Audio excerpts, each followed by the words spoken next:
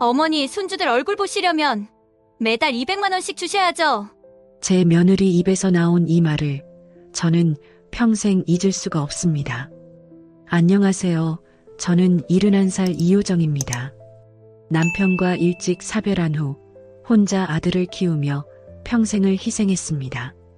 아들 사업 실패할 때마다 전 재산을 털어서 카페까지 차려줬습니다. 그런 제게 돌아온 건 손주 보는 값을 요구하는 며느리의 차갑고 계산적인 눈빛뿐이었습니다. 그날 저는 눈물을 닦으며 단호하게 말했습니다. 좋아. 이제 난 너희 엄마도 할머니도 아니야. 하지만 그들은 몰랐습니다. 제게 아무도 모르는 비밀이 하나 있다는 것을. 지금부터 믿기 힘든 이야기를 들려드릴게요. 구독과 좋아요를 눌러주시면 저에게 큰 힘이 됩니다. 제 인생은 희생의 연속이었습니다. 남편은 제가 35이었을 때 교통사고로 세상을 떠났습니다. 그때 아들 태진이는 겨우 10살이었습니다. 장례식장에서 아들의 작은 손을 잡고 저는 다짐했습니다. 이 아이만큼은 꼭 대학 보내고 잘 키워야 해. 그날부터 저는 안 해본 일이 없었습니다. 새벽 5시에 일어나 식당 주방 보조로 일했고, 낮에는 청소 일을, 저녁에는 파출부 일을 했습니다.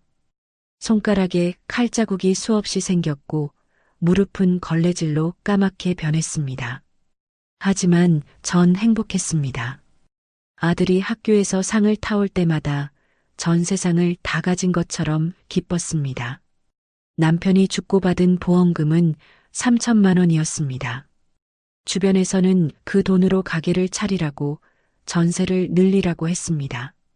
하지만 저는 남편이 생전에 했던 말이 기억났습니다. 여보, 강남이 개발된대. 나중에 돈 생기면 거기 땅이라도 사두자. 그래서 저는 보험금 중 1,500만 원으로 강남 변두리에 작은 땅을 샀습니다. 당시에는 아무것도 없는 허허 벌판이었습니다. 왜 이런 곳에 땅을 사느냐며 비웃던 사람도 있었죠. 미쳤다는 소리를 많이 들었습니다. 하지만 그건 남편과의 약속이었습니다. 나머지 1,500만 원은 생활비로 조금씩 쓰며 저는 더 열심히 일했습니다. 태진이는 공부를 잘했습니다. 지역에서 가장 좋은 대학에 합격했을 때 저는 기쁨의 눈물을 흘렸습니다. 다 잘 될 거야. 우리 아들은 달라. 하지만 세상은 제 생각처럼 호락호락하지 않았습니다. 대학을 졸업한 태진이는 취업 대신 창업을 선택했습니다. 엄마, 저 사업할래요. 친구들이랑 아이템이 있어요. 저는 망설였지만 결국 제가 모아둔 돈 3천만 원을 주었습니다. 그게 시작이었습니다. 첫 번째 사업은 6개월 만에 망했습니다. 두 번째 사업은 1년을 버티지 못했습니다. 세 번째, 네 번째. 실패가 거듭될 때마다 저는 빚을 갚아주었습니다. 제 허리는 점점 더 구부러졌고 손은 거칠어졌습니다. 그래도 전 괜찮았습니다. 다음엔 잘 될 거야. 우리 아들이 배우는 과정이야. 돈이 부족할 때마다 저는 강남 땅을 담보로 조금씩 대출을 받았습니다. 아들은 그 돈이 어디서 났는지 물어보지도 않았습니다. 엄마가 적금 깬 거야라고 하면 그대로 믿었습니다. 그러던 중 태진이가 결혼을 한다고 했습니다. 며느리는 첫인상이 화려했습니다. 명품 가방을 들고 높은 구두를 신고 나타난 그녀를 보며 저는 걱정이 앞섰습니다. 어머니, 잘 부탁드려요. 태진 씨랑 잘 살게요. 그때만 해도 그녀는 공손했습니다. 웃음도 많고 말도 예의 바르게 했습니다. 결혼식 비용은 제가 대부분 댔습니다. 태진이가 사업 실패로 모아둔 돈이 별로 없었으니까요. 괜찮아. 내 아들 결혼식인데. 넉넉하지 않은 형편에 아들 장가 보내는 게 쉬운 것은 아니었지만 그래도 그동안 열심히 일해서 모아둔 돈, 주변 사람들이 건네준 도움에 손길 등 있는 돈 없는 돈을 긁어 모았습니다. 신혼집 전세금 8천만 원도 제가 마련했습니다. 저 하나 안 입고 안 쓰고 일터에서 끼니를 해결하며 한 푼 두 푼 모았고 가지고 있던 금도 팔았습니다. 저 하나 고생해서 여럿이 편하다면 그걸로 충분하다고 생각했습니다. 그리고 시간이 흘러 1년 후 손주 유준이가 태어났습니다. 작디 작은 아기를 처음 안았을 때 제 눈에서 눈물이 흘렀습니다. 내가 이런 날을 보는구나. 그때만 해도 저는 행복했습니다. 변화는 서서히 찾아왔습니다. 태진이의 5번째 사업이 또다시 실패했을 때 며느리의 얼굴에서 웃음이 사라졌습니다. 어머니, 저희 언제까지 이래야 돼요? 태진 씨는 왜 맨날 실패만 해요? 능력이 없으면 하지를 말던가 말은 번지르르하게 해서는 매번 사람을 기대하게 해요. 진짜 답답하네요. 처음으로 며느리가 제게 날을 세웠습니다. 저는 당황했지만 이해하려고 노력했습니다. 육아와 살림을 책임지고 어려운 형편도 견뎌내야 하는 상황에 처한 며느리가 불쌍하기도 했죠. 아가, 내가 미안하다. 조금만 더 기다려보자. 태진이가 이번엔 잘할 거야. 하지만 며느리의 불만은 점점 커졌습니다. 제가 손주를 보러 가면 바쁘다는 핑계로 문전박대를 했습니다. 찾아가는 게 싫은가 보다 싶어 전화를 하면 이런저런 핑계를 대기 바빴습니다. 어머니, 오늘 애 학원 가야 돼서요. 다음에 와주세요. 어머니, 지금 청소 중이라 불편해요. 이런 일이 반복되면서 저는 눈치가 보였습니다. 손주 유준이를 보고 싶어도 함부로 찾아갈 수 없었습니다. 그러던 어느 날 태진이가 저를 찾아왔습니다. 엄마, 미안해. 또 빚이 생겼어. 이번에는 8천만 원이었습니다. 거래처 사기를 당했다고 했습니다. 저는 그날 제가 살던 집을 팔았습니다. 35년을 살았던 집이었습니다. 남편과의 추억이 가득한 태진이가 자란 집이었습니다. 집을 팔고 받은 돈 1억 2천만 원 중 8천만 원을 태진이에게 주고 남은 4천만 원으로 저는 월세 15만 원짜리 반지하 원룸으로 이사했습니다. 엄마 미안해. 내가 못나서. 울먹이는 아들을 보며 저는 웃어 보였습니다. 괜찮아. 엄마는 혼자 사니까 이 정도면 충분해. 반지하 원룸은 어두웠고 습기가 많았습니다. 벽에는 곰팡이가 피어 있었고 겨울에는 냉기가 올라와 이불을 2장 덮어도 추웠습니다. 하지만 저는 참았습니다. 아들이 잘 되면 돼. 손주들만 건강하게 자라면 돼. 그런데 이상한 일이 생겼습니다. 제가 반지하로 이사한 후 며느리의 태도가 더 차갑게 변했습니다. 이따금씩 아들과 함께 안부차 찾아오는 며느리의 표정은 무미건조했습니다. 제가 어떻게 사는지, 밥은 잘 먹는지 따위는 궁금하지 않는 듯 했죠. 며느리의 표정만 봐도 저는 알 수 있었습니다. 경멸 같은, 무시 같은 그 무언가를. 명절에 아들 집에 갔을 때였습니다. 원래였다면 제가 사는 집에 모여 넉넉히 준비한 음식도 먹고 서로 이야기도 나누고 즐거운 시간을 보냈을 텐데 제가 사는 곳이 여의치 않으니 아들네 집을 가야 했습니다. 여전히 며느리는 냉담한 반응이었지만 그래도 분위기를 좋게 풀어보려고 노력했습니다.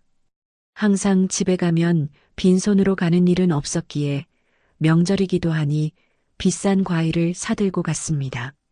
하지만 며느리는 제가 가져간 과일을 받으면서도 표정 하나 변하지 않았습니다.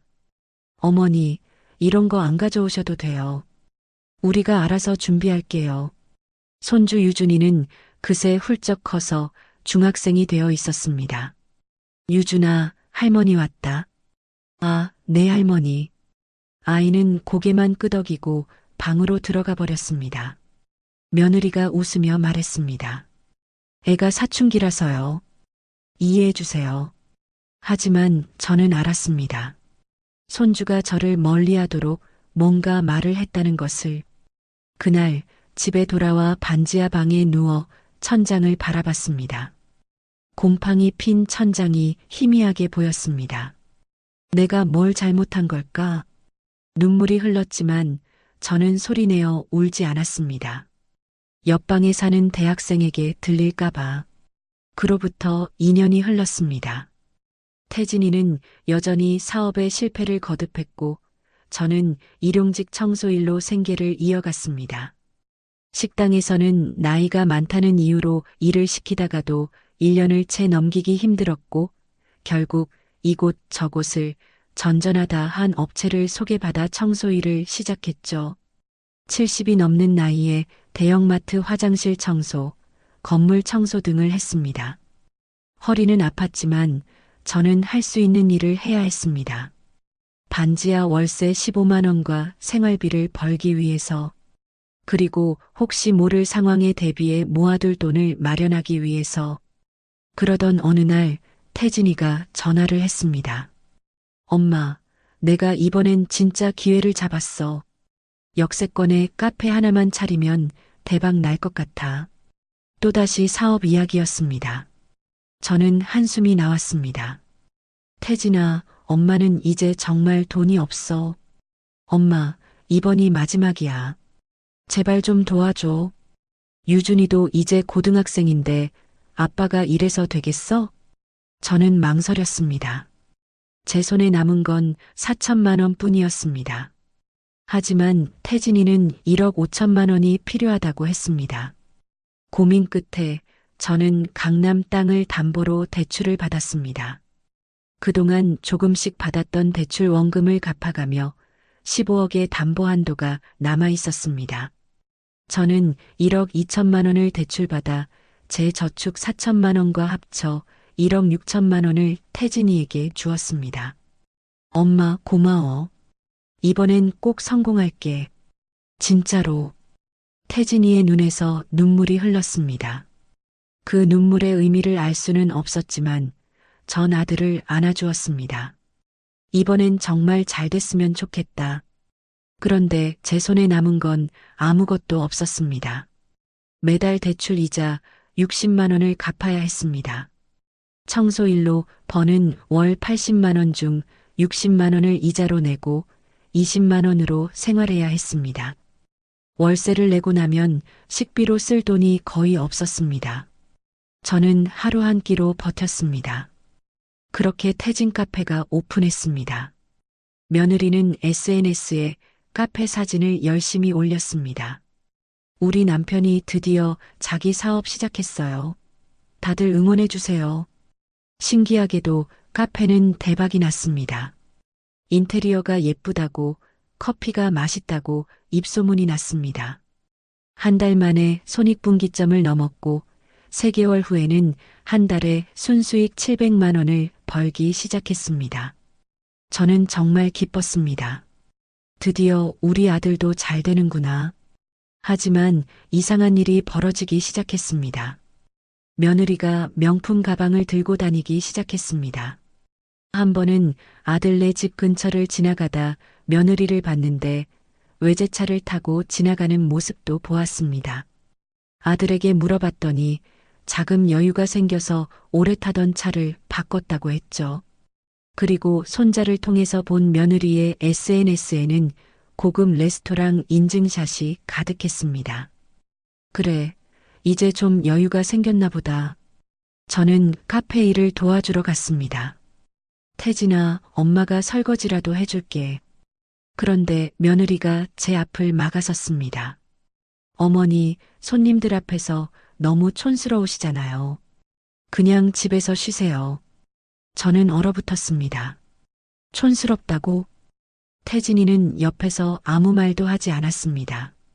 저는 그날 아무 말 없이 카페를 나왔습니다. 집으로 돌아오는 길이 너무 멀게 느껴졌습니다. 그리고 명절이 다가왔습니다. 손주 유준이의 19번째 생일이 명절 전날이었습니다. 저는 제가 아끼던 금반지를 팔았습니다. 그 돈으로 유준이가 좋아하는 운동화를 사고 남은 10만 원은 따로 봉투에 담아주기로 했습니다. 떨리는 마음으로 아들 집 초인종을 눌렀습니다. 며느리가 문을 열었습니다. 어머니, 유준이 생일 선물 사왔어. 들어가도 될까? 그때 며느리가 말했습니다. 그 말을, 제 인생에서 절대 잊을 수 없는 그 말을. 어머니, 이제 약속 하나 하시죠. 무슨 약속? 손주들 보시려면 매달 200만 원씩 주세요. 저는 귀를 의심했습니다. 뭐라고?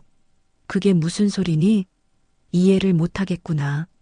애한테 교육비며 이것저것 들어가는 돈이 많은데 어머니 이렇게 오시면 그냥 얼굴만 보여드릴 순 없잖아요. 며느리는 웃고 있었습니다. 차갑고 계산적인 미소였습니다. 어머니도 연금 받으시잖아요. 한 달에 200만 원 정도는 충분하시죠? 제 손이 떨렸습니다. 선물 상자가 바닥에 떨어졌습니다. 내가 너희한테 뭘 잘못했니?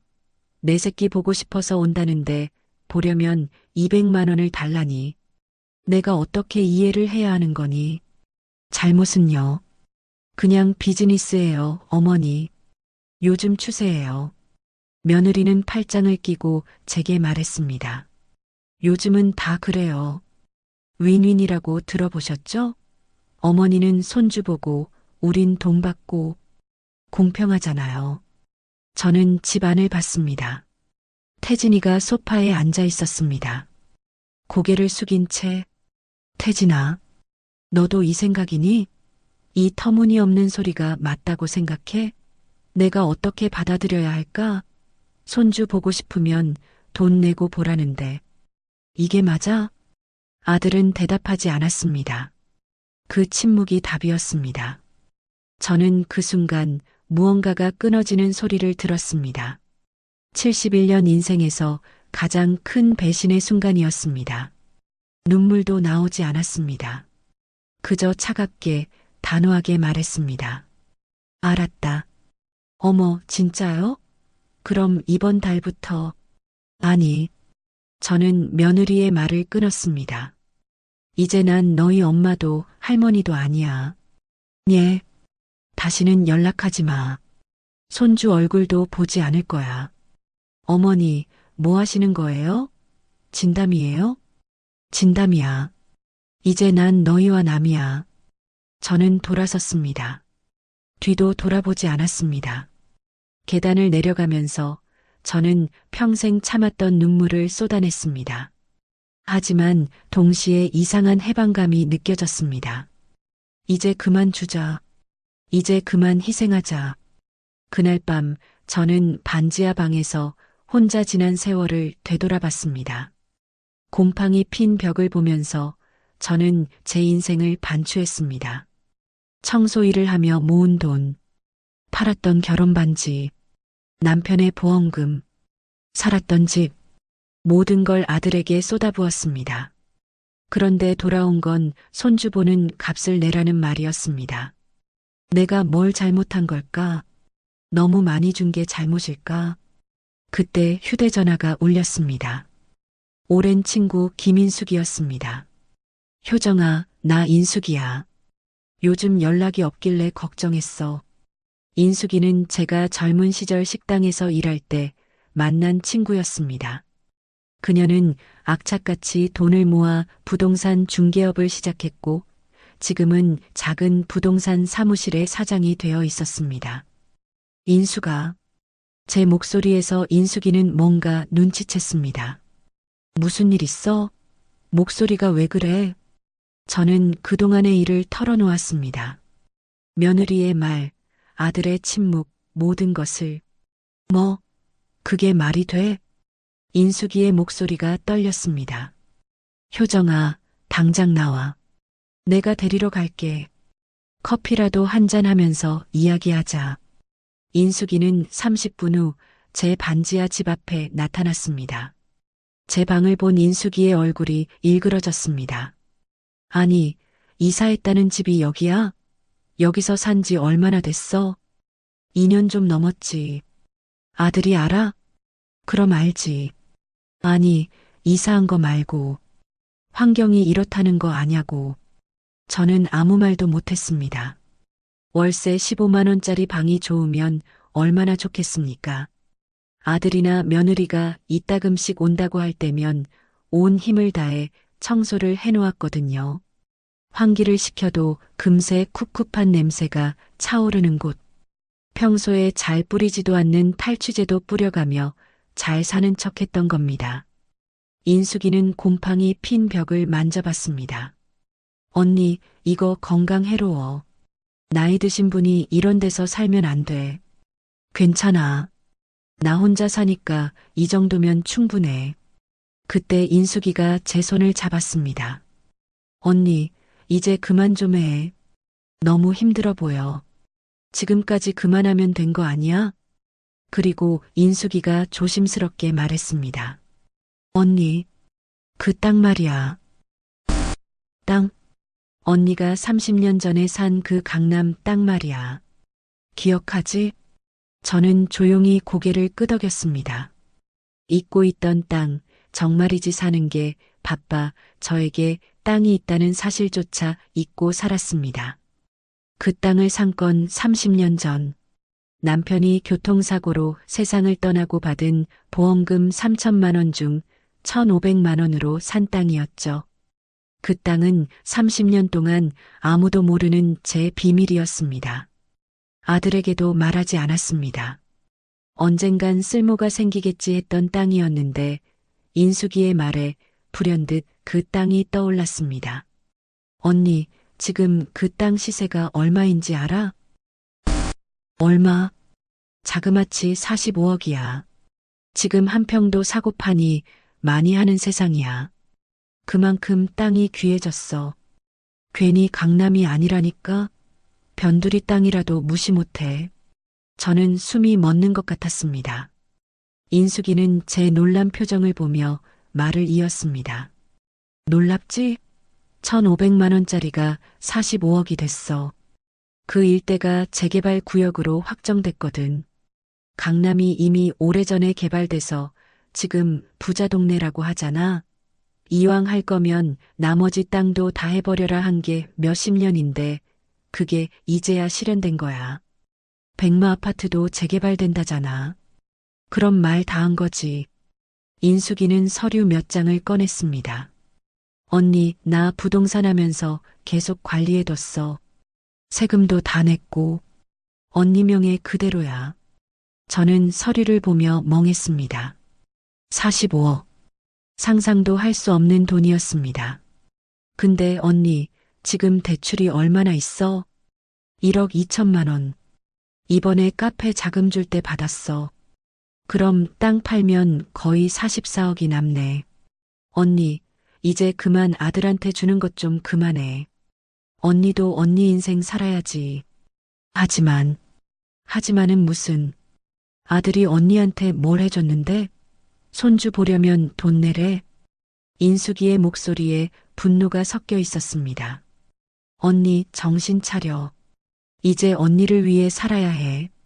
돈 좀 있다는 사람들은 어떻게 사는 줄 알아? 자식들한테 손 안 벌리고 마음 편히 실버타운 들어가거나 떡하니 마당 딸린 전원주택 사서 내가 하고 싶은 거 하면서 살아. 사고 싶은 게 있으면 사고, 먹고 싶은 거 다 먹고, 젊어서 못 해본 여행도 다 다닌다고. 언니 이제 그래도 될 나이야. 그래도 될 상황이고.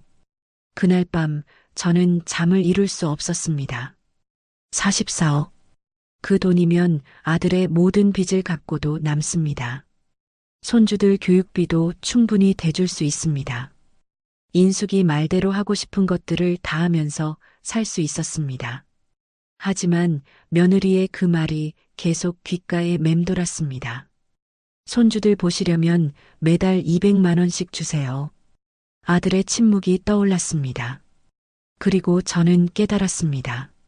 내가 너무 많이 줬구나. 너무 쉽게 줬구나. 돈의 소중함을, 희생의 가치를 그들은 알지 못했습니다.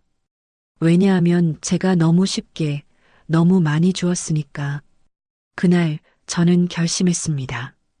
이번만큼은 달라야 해. 걔들이 스스로 배워야 해. 그리고 이제 저도 제 인생을 살아야 한다는 것을. 며칠 뒤 저는 인숙이에게 전화를 걸었습니다. 인수가 땅을 팔고 싶어? 정말? 언니, 진심이야? 아직 더 지켜봐도 될 것 같긴 한데, 정말 팔 거야? 응, 이제 때가 된 것 같아. 잘 생각했어. 아마 금방 팔릴 거야. 지금 다들 못 사서 난리니까. 근데 왜 갑자기 생각이 바뀐 거야? 네 말 듣고 한참 생각했거든. 근데 나도 이제는 고생 좀 안 하고 살고 싶어서. 늦었지만 원하는 대로 한번 살아보려고. 그래, 잘 생각했어. 일주일 후 인숙이와 카페에서 만났습니다. 저는 평생 가본 적 없는 고급 호텔이었습니다. 인숙이는 여러 가지 서류를 가져오더니 저에게 설명을 해주기 시작했습니다. 너랑 나랑 보는 건데 뭐하러 이런 데까지 불러서 그래. 새로운 마음으로 시작하는 거니까 언니도 이런 데도 와보고 그래야지. 아무튼 이 서류 봐봐. 언니 보기 쉽게 정리했어. 인숙이는 제가 갖고 있는 토지에 대한 정보, 그리고 현 시세에서 매도를 할 경우 어떤 식으로 이루어지는지, 이후 어떤 식으로 관리를 해야 하는지에 대해 정리한 자료를 보여주었습니다. 마침 주변에 재개발이 될 예정이고 상가 자리로 적합한 곳이라 내놓으면 한 달도 안 걸릴 것이라 했습니다. 시세가 45억이야. 근데 지금 팔면 웃돈까지 얹어서 사려는 사람들이 많을 거야. 앞으로 개발되면 돈을 더 벌었으면 벌었지. 떨어지진 않을 거거든. 전액 현금으로도 매도 가능할 거고. 정말 이게 그렇게 간단한 거야? 말은 그렇지. 그런데 혹시 언니 대출 있어? 지난번에 말했던 거 있잖아. 애들 카페 차리면서 대출 받은 거. 그거 말고는 없어. 그동안 살면서 대부분 갚았으니까. 언니도 대단하다. 어쨌든 대출은 매매대금에서 정리하면 되니까 문제될 건 없어. 그럼 계약은 언제쯤 할 수 있을까? 빠르면 한 달 안에 가능할 수 있지. 오늘 사무실 들어가면 바로 매물로 올려놓을 거야. 산다는 사람 나타나면 바로 팔자. 응, 난 욕심 안 부릴 거야. 더 깎아줘도 상관없으니까 최대한 빨리 처리해줘. 인숙이는 고개를 끄덕였습니다. 한참 동안 설명을 들은 뒤 인숙이가 사주는 고급스러운 커피를 마셨습니다. 간단히 식사까지 하고 집으로 돌아와 멍하니 천장을 바라보았습니다. 여전히 제가 살고 있는 집이었지만 이제 곧 떠날 생각을 하니 아쉽기도 하고 허망하기도 하고 알 수 없는 감정들이 몰려왔습니다. 그렇게 3주 정도의 시간이 흘렀을까요? 여전히 제 할 일을 하며 잘 살고 있던 때 인숙이에게 연락을 받았습니다. 정말로 땅을 사고 싶다는 사람이 있던 겁니다. 언니, 이분이 이번 주 안에 계약했으면 하시더라고. 대출 없이 현금으로 2억 얹어줄 테니 팔라고 하시는데 일단 사무실로 와볼래? 언니 생각도 들어봐야지. 생각이 뭐 필요가 있어. 그분께 계약하자고 전해줘. 아무 때나 상관없어. 다음 날 점심시간이 조금 지난 뒤 약속을 잡고 사무실로 향했습니다. 떨리는 마음으로 계약서에 서명을 하고 나니 그제서야 답답했던 속이 뻥 뚫리는 듯 했습니다. 이제야 모든 게 새롭게 시작되는구나 싶었죠. 언니, 이제 뭐 하고 싶어? 계약이 끝나고 난 뒤 인숙이가 물었습니다. 저는 잠시 생각했습니다. 글쎄, 일단 제대로 된 집에서 살고 싶어? 당연하지. 이사부터 하자. 그 곰팡이 핀 반지하에서 나와. 하지만 저는 화려한 집으로 이사할 생각이 없었습니다. 대신 조용한 아파트 단지에 깔끔한 아파트 전세를 얻었습니다. 방 2개, 거실, 주방이 있는 채광 좋은 집이었습니다. 햇빛이 잘 들고 곰팡이도 없었습니다. 전세금은 2억 원이었습니다. 제게는 아주 작은 돈이 되었지만 충분히 만족스러웠습니다. 이사를 하고 나서 저는 본격적으로 계획을 세우기 시작했습니다. 먼저 46억 8천만 원 중 35억을 안전한 은행 정기예금에 넣었습니다. 연 4% 금리로 1년에 이자만 1억 4천만 원이 나왔습니다. 한 달에 1,200만 원 정도의 이자, 수입이 생기는 셈이었습니다. 5억은 즉시 사용 가능한 입출금 통장에 넣어두었습니다. 그리고 남은 6억 8천만 원. 이 돈으로 저는 제가 하고 싶었던 일을 시작하려고 했습니다. 인수가 나 카페 하나 해볼까? 카페? 무슨 카페? 베이커리 카페. 작은 거. 그런데 좀 특별하게.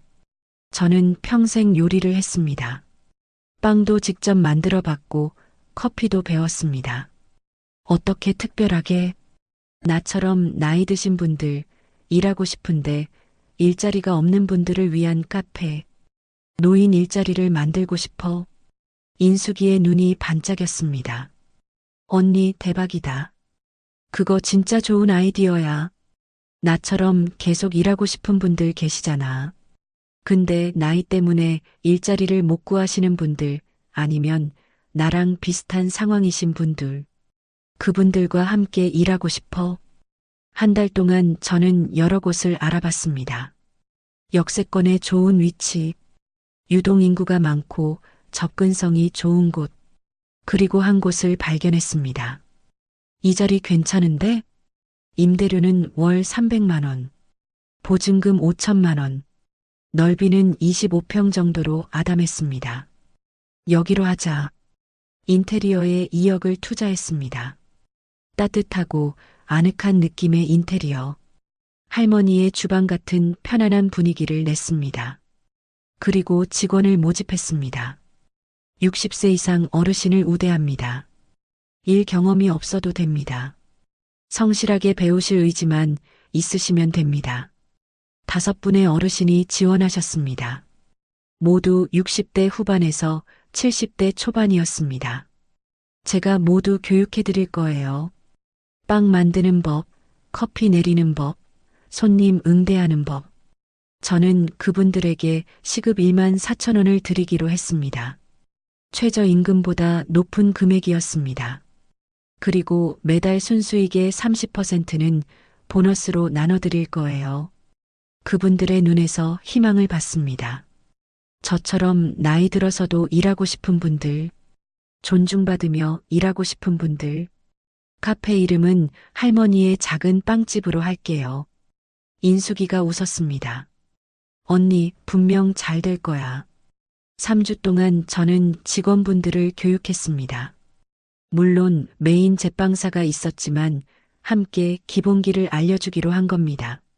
매일 새벽 5시에 나와서 빵 반죽하는 법을 가르쳤습니다. 오후에는 커피 내리는 법을 연습했습니다. 그분들은 저보다 더 열심히 배웠습니다. 열정적인 직원들의 모습을 보며 함께라면 두려울 게 없을 것 같은 든든함도 생겼습니다. 나이는 달랐지만 동료였으니까요. 몇 개월 후 할머니의 작은 빵집이 오픈했습니다. 카페 오픈 2주 만에 SNS에서 입소문이 나기 시작했습니다. 60대 이상 할머니들이 직접 만드는 빵집, 정성과 사랑이 가득한 카페, 가격도 착하고 맛도 좋아요. 젊은 손님들이 찾아왔습니다. 할머니, 이 빵 정말 맛있어요. 감사합니다, 아가씨. 직원분들의 얼굴에 생기가 돌았습니다. 누군가에게 인정받는다는 것. 그게 얼마나 큰 기쁨인지 저는 알고 있었습니다. 한 달 후 매출은 예상을 훨씬 넘었습니다. 월 순수익 800만 원. 저는 그중 240만 원을 직원분들 보너스로 나눠드렸습니다. 효정 씨, 이렇게 많이 주시면 어떡해요? 우리 같이 번 돈이잖아요. 당연히 나눠야죠. 카페는 제 삶의 활력이 되었습니다. 매일 아침 일찍 일어나 빵을 굽고 손님들을 맞이하는 일이 행복했습니다. 그렇게 6개월이 지났습니다. 그동안 아들한테서는 단 한 통의 연락도 없었습니다. 저도 연락하지 않았습니다. 손주 보려면 돈 내라고 한 그날 이후 우리는 완전히 남이 되었습니다. 어느 날 인숙이가 카페에 찾아왔습니다. 언니, 태진이 카페 요즘 어떻게 되는지 알아? 몰라. 왜? 건물주가 바뀌었대. 그리고 재계약을 안 해준대. 그래. 응. 건물주가 재개발한다고 다음 달 말까지 나가래. 제 가슴이 철렁했지만 저는 애써 무심한 척했습니다.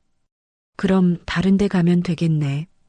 근데 문제는 초기 투자금을 다 못 건졌다는 거야.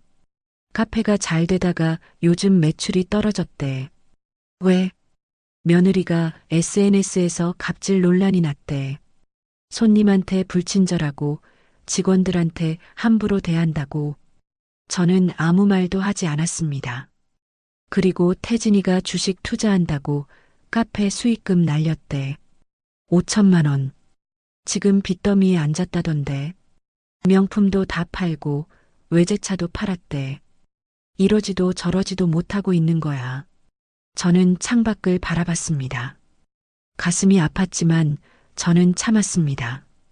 이게 그들이 배워야 할 시간이야.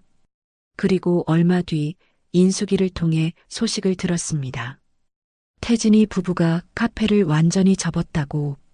그리고 월세 30만 원짜리 오피스텔로 이사했다고. 며느리는 처음으로 마트 계산대 아르바이트를 시작했다고. 태진이는 편의점 야간 알바를 한다고. 제 가슴이 아팠습니다. 하지만 저는 연락하지 않았습니다. 이제 그들이 배울 시간이야. 돈이 얼마나 힘들게 버는 건지, 부모가 얼마나 소중한지. 카페를 오픈한 지 3개월째 되던 날, 카페에 손님이 왔습니다. 손주 유준이었습니다. 할머니, 유준이는 저를 보자마자 울음을 터뜨렸습니다. 유준아, 할머니, 보고 싶었어요. 정말 보고 싶었어요.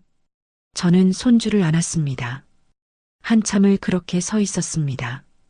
유준아, 어떻게 여길 알았어? 인터넷에서 봤어요. 할머니의 작은 빵집 할머니가 사장님이라고. 사진 보고 할머니인 거 알았어요. 유준이는 카페 안을 둘러봤습니다. 할머니, 여기 정말 좋아요. 할머니가 직접 하시는 거예요? 응. 할머니가 사장이야. 대박이다. 할머니, 저 다 알아요. 뭘? 할머니가 반지하에서 사셨던 거. 그 곰팡이 핀 곳에서. 유준이의 눈에 눈물이 가득했습니다. 저 몰래 찾아뵀어요. 그런데 할머니가 너무 힘들게 사시는 거 보고 제가 뭐라도 해드려야 하는데 아무것도 못했어요. 유준아, 아빠랑 엄마는 명품 사고 외제차 타면서 할머니는 그런 데서 사셨잖아요. 제가 할머니 방에 몰래 전기장판 놓고 갔었어요. 저는 기억났습니다. 어느 날 갑자기 문 앞에 놓여있던 전기장판. 그게 유준이 네가 사준 거였구나. 네. 할머니가 추워하실까봐. 제가 아르바이트에서 샀어요. 저는 손주를 꼭 안았습니다. 고마워, 유준아. 정말 고마워. 할머니, 부모님 요즘 정말 힘들어 하세요. 그래. 카페 문 닫고 빚도 생기고 아빠는 편의점 알바하시고 엄마는 마트에서 일하세요. 유준이가 말했습니다. 할머니한테 너무 미안하대요. 근데 연락할 용기가 안 난대요. 저는 잠시 침묵했습니다. 유준아, 할머니 말 잘 들어. 네, 할머니. 할머니는 아빠 엄마를 미워하지 않아. 다만 그분들이 배워야 할 시간이라고 생각해. 할머니, 사람은 힘들어야 성장해. 할머니도 평생 힘들게 살면서 많이 배웠어. 이제 아빠 엄마 차례야. 유준이가 고개를 끄덕였습니다. 할머니, 그런데 저는요. 응? 저는 할머니 편이에요. 평생 할머니 편일 거예요. 저는 눈물이 났습니다. 고마워, 유준아. 네가 할머니한테는 세상에서 제일 큰 선물이야. 그날 유준이는 카페에서 빵을 사갔습니다. 부모님 드릴 거예요. 할머니가 만드신 빵이라는 건 말 안 할게요. 유준이가 떠난 후 저는 한참을 창밖을 바라봤습니다. 아들과 며느리가 힘들게 살고 있다는 소식. 가슴이 아팠지만 저는 참았습니다. 손자가 다녀간 뒤로 저는 화가 나기도 했습니다. 얼마나 저에게 관심이 없었으면 지금까지 연락 한 통이 없을까. 그러면서도 제가 땅을 팔아 돈이 생겨 이사를 간 것을 알게 되면 가만히 있을 사람들은 아니었기에 무슨 생각인지 알고 싶기도 했습니다.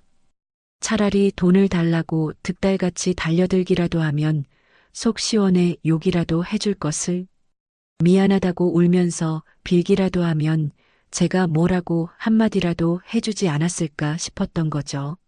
하지만 이제 와서 무슨 소용이겠습니까? 소식을 알게 된다 하더라도 달라질 건 없었습니다.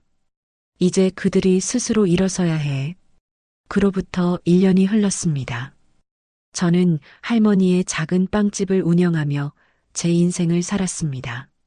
카페는 점점 더 유명해졌습니다. 노인 일자리 창출하는 착한 카페라는 기사가 나기도 했습니다. 방송국에서 취재를 오기도 했습니다. 저는 인터뷰에서 말했습니다. 나이가 들어도 일하고 싶은 분들이 많아요. 일을 하면 삶에 활력이 생기고 존중받는다는 느낌을 받거든요. 저도 그랬고 우리 직원분들도 그래요.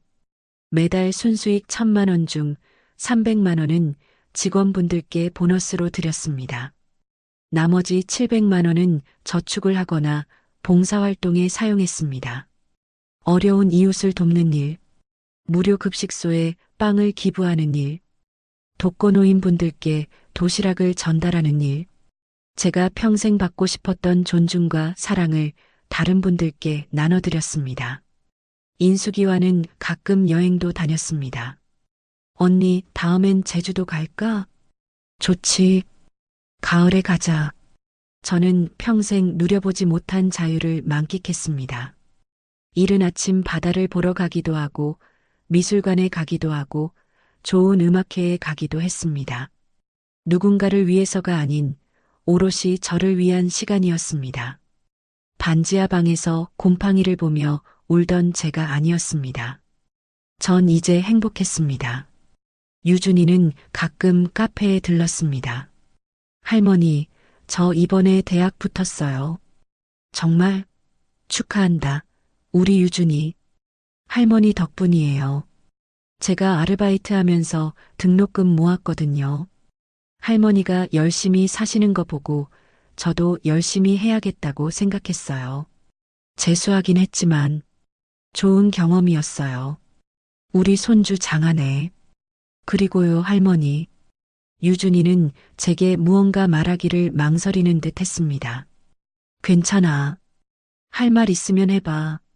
사실 지난번에 할머니 뵙고 나서 두 분한테 할머니 소식 전해드렸거든요. 뭘 팔아서 잘 되고 그런 것까지는 말하진 않았지만 두 분도 나름 알아보셨나 봐요. 순간 가슴이 철렁했습니다. 많은 재산이 생겼음에도 불구하고 가만히 있을 성격들이 아닌데 저는 떨리는 마음으로 유준이에게 되물었습니다. 그래. 혹시 별다른 말은 없었니? 지금까지 연락 한 통 없는 것도 수상하고 내 소식 알았으면 가만히 있을 위인들이 아니잖니. 저도 조금 걱정은 했는데요. 두 분이 느끼는 게 많으신가 봐요. 왜? 분위기가 조금씩 달라진 것 같기도 하고요. 카페 접고 나서 한동안 두 분이 좀 많이 힘들었거든요. 밖에도 안 나가시고. 그런데 제가 말씀드리고 나서 조금씩 달라진 것 같긴 해요. 혹시 할머니가 먼저 연락해 보실 생각은 없으신 거죠? 내가 그럴 이유는 없지. 알겠어요. 어쨌든 요즘은 그럭저럭 잘 지내시는 것 같아요. 종종 소식 전해드릴게요. 저는 그 뒤로도 유준이를 통해 간간히 아들 부부 소식을 들었습니다. 그들은 작은 떡볶이 가게를 시작했다고 했습니다. 월세 50만 원짜리 작은 가게. 새벽부터 밤까지 일한다고 했습니다.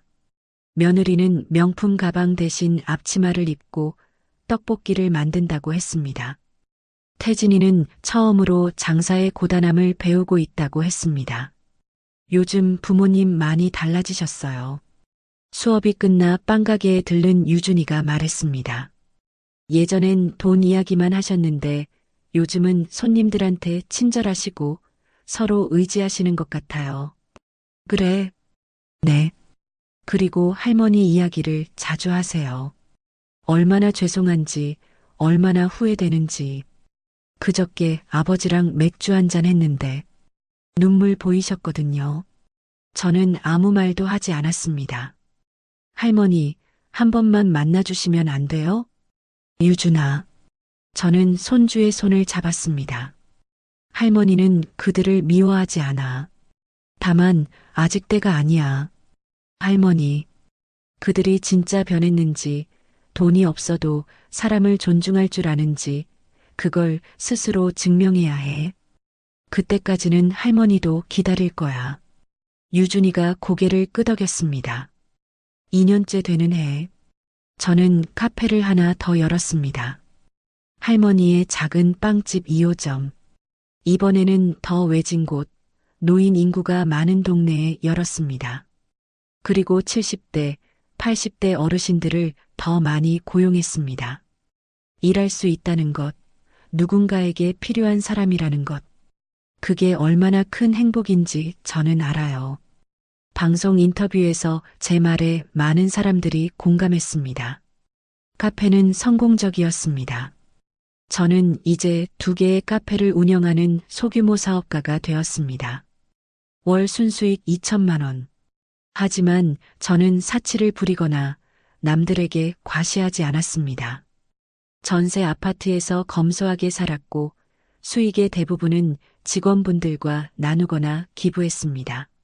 35억의 예금 이자 수입만으로도 제 생활에는 충분했습니다. 한 달에 1,200만 원 정도의 이자. 평생 벌어본 적 없는 큰 돈이었지만 저는 필요한 만큼만 썼습니다. 나머지는 좋은 곳에 기부했습니다. 어려운 학생들 장학금, 독거노인 지원, 무료 급식소 후원. 제가 평생 받고 싶었던 도움을 다른 분들께 드렸습니다. 3년째 되던 해, 유준이가 대학을 졸업하고 좋은 회사에 취직했습니다. 할머니, 제가 첫 월급 받았어요. 축하한다, 유준아. 할머니, 이거 받으세요. 유준이가 봉투를 내밀었습니다. 이게 뭐니? 제 첫 월급 일부예요. 할머니께 드리고 싶어요. 저는 웃으며 고개를 저었습니다. 아니야, 유준아. 네 돈은 네가 모아.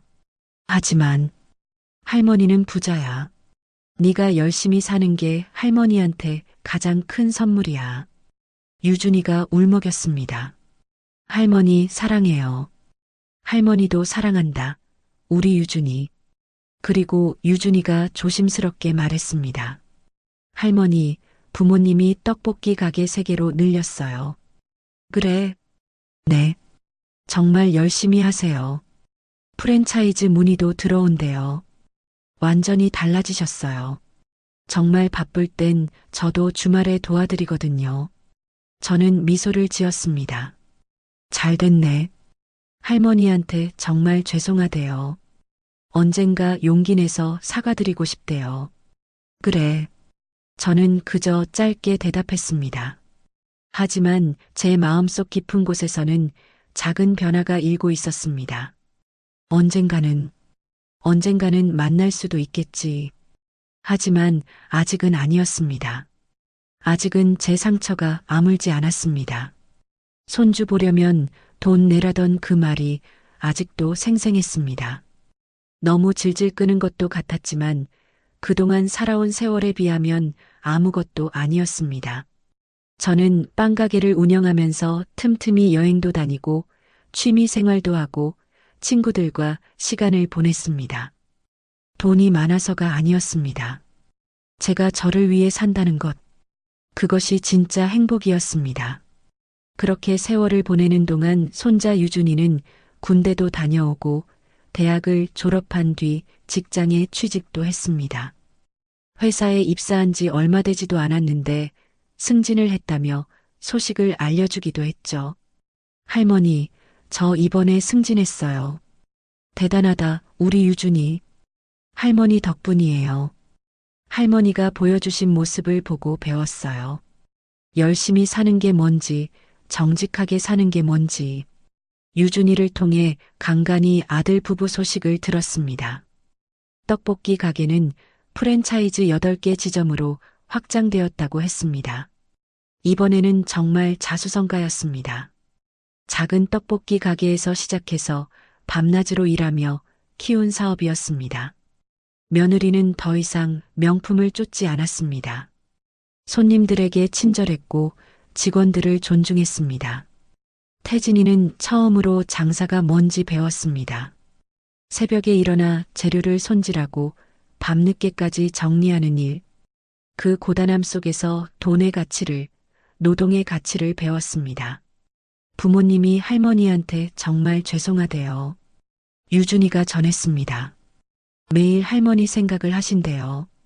할머니가 얼마나 힘들게 사셨는지, 자신들이 얼마나 못됐는지. 저는 창밖을 바라봤습니다. 그래, 할머니, 한 번만이라도. 유준아. 저는 손주를 봤습니다. 할머니는 그들을 용서했어. 진작에 용서했지. 그럼. 하지만 다시 만날 생각은 없어. 유준이의 눈이 흔들렸습니다. 할머니는 이제 할머니 인생을 살고 싶어. 누군가를 위해서가 아니라 할머니를 위해서. 그들이 잘 산다는 소식을 들으니 다행이야. 하지만 할머니는 이제 할머니만의 삶을 살고 싶어. 무소식이 희소식이라는 말 있지? 지금까지 잘 살아왔듯 그렇게 각자의 위치에서 열심히 살면 그만이야. 중간에서 네가 참 고생이 많아. 종종 이렇게 소식을 전해주렴. 그리고 그 두 사람에게 살아가려는 용기가 생기거든. 정말 나에게 미안한 마음을 가지고 지난 날을 뉘우치거든. 앞으로 더 열심히 살아가라고 해. 이 마음은 진심이야. 저는 손주의 손을 잡았습니다. 유준아, 넌 할머니의 자랑이야. 부모님의 잘못을 배우지 않고 올바르게 자라줘서 고마워. 할머니, 그것만으로 할머니는 충분해. 봄이 되었습니다. 카페 앞 벚꽃이 활짝 폈습니다.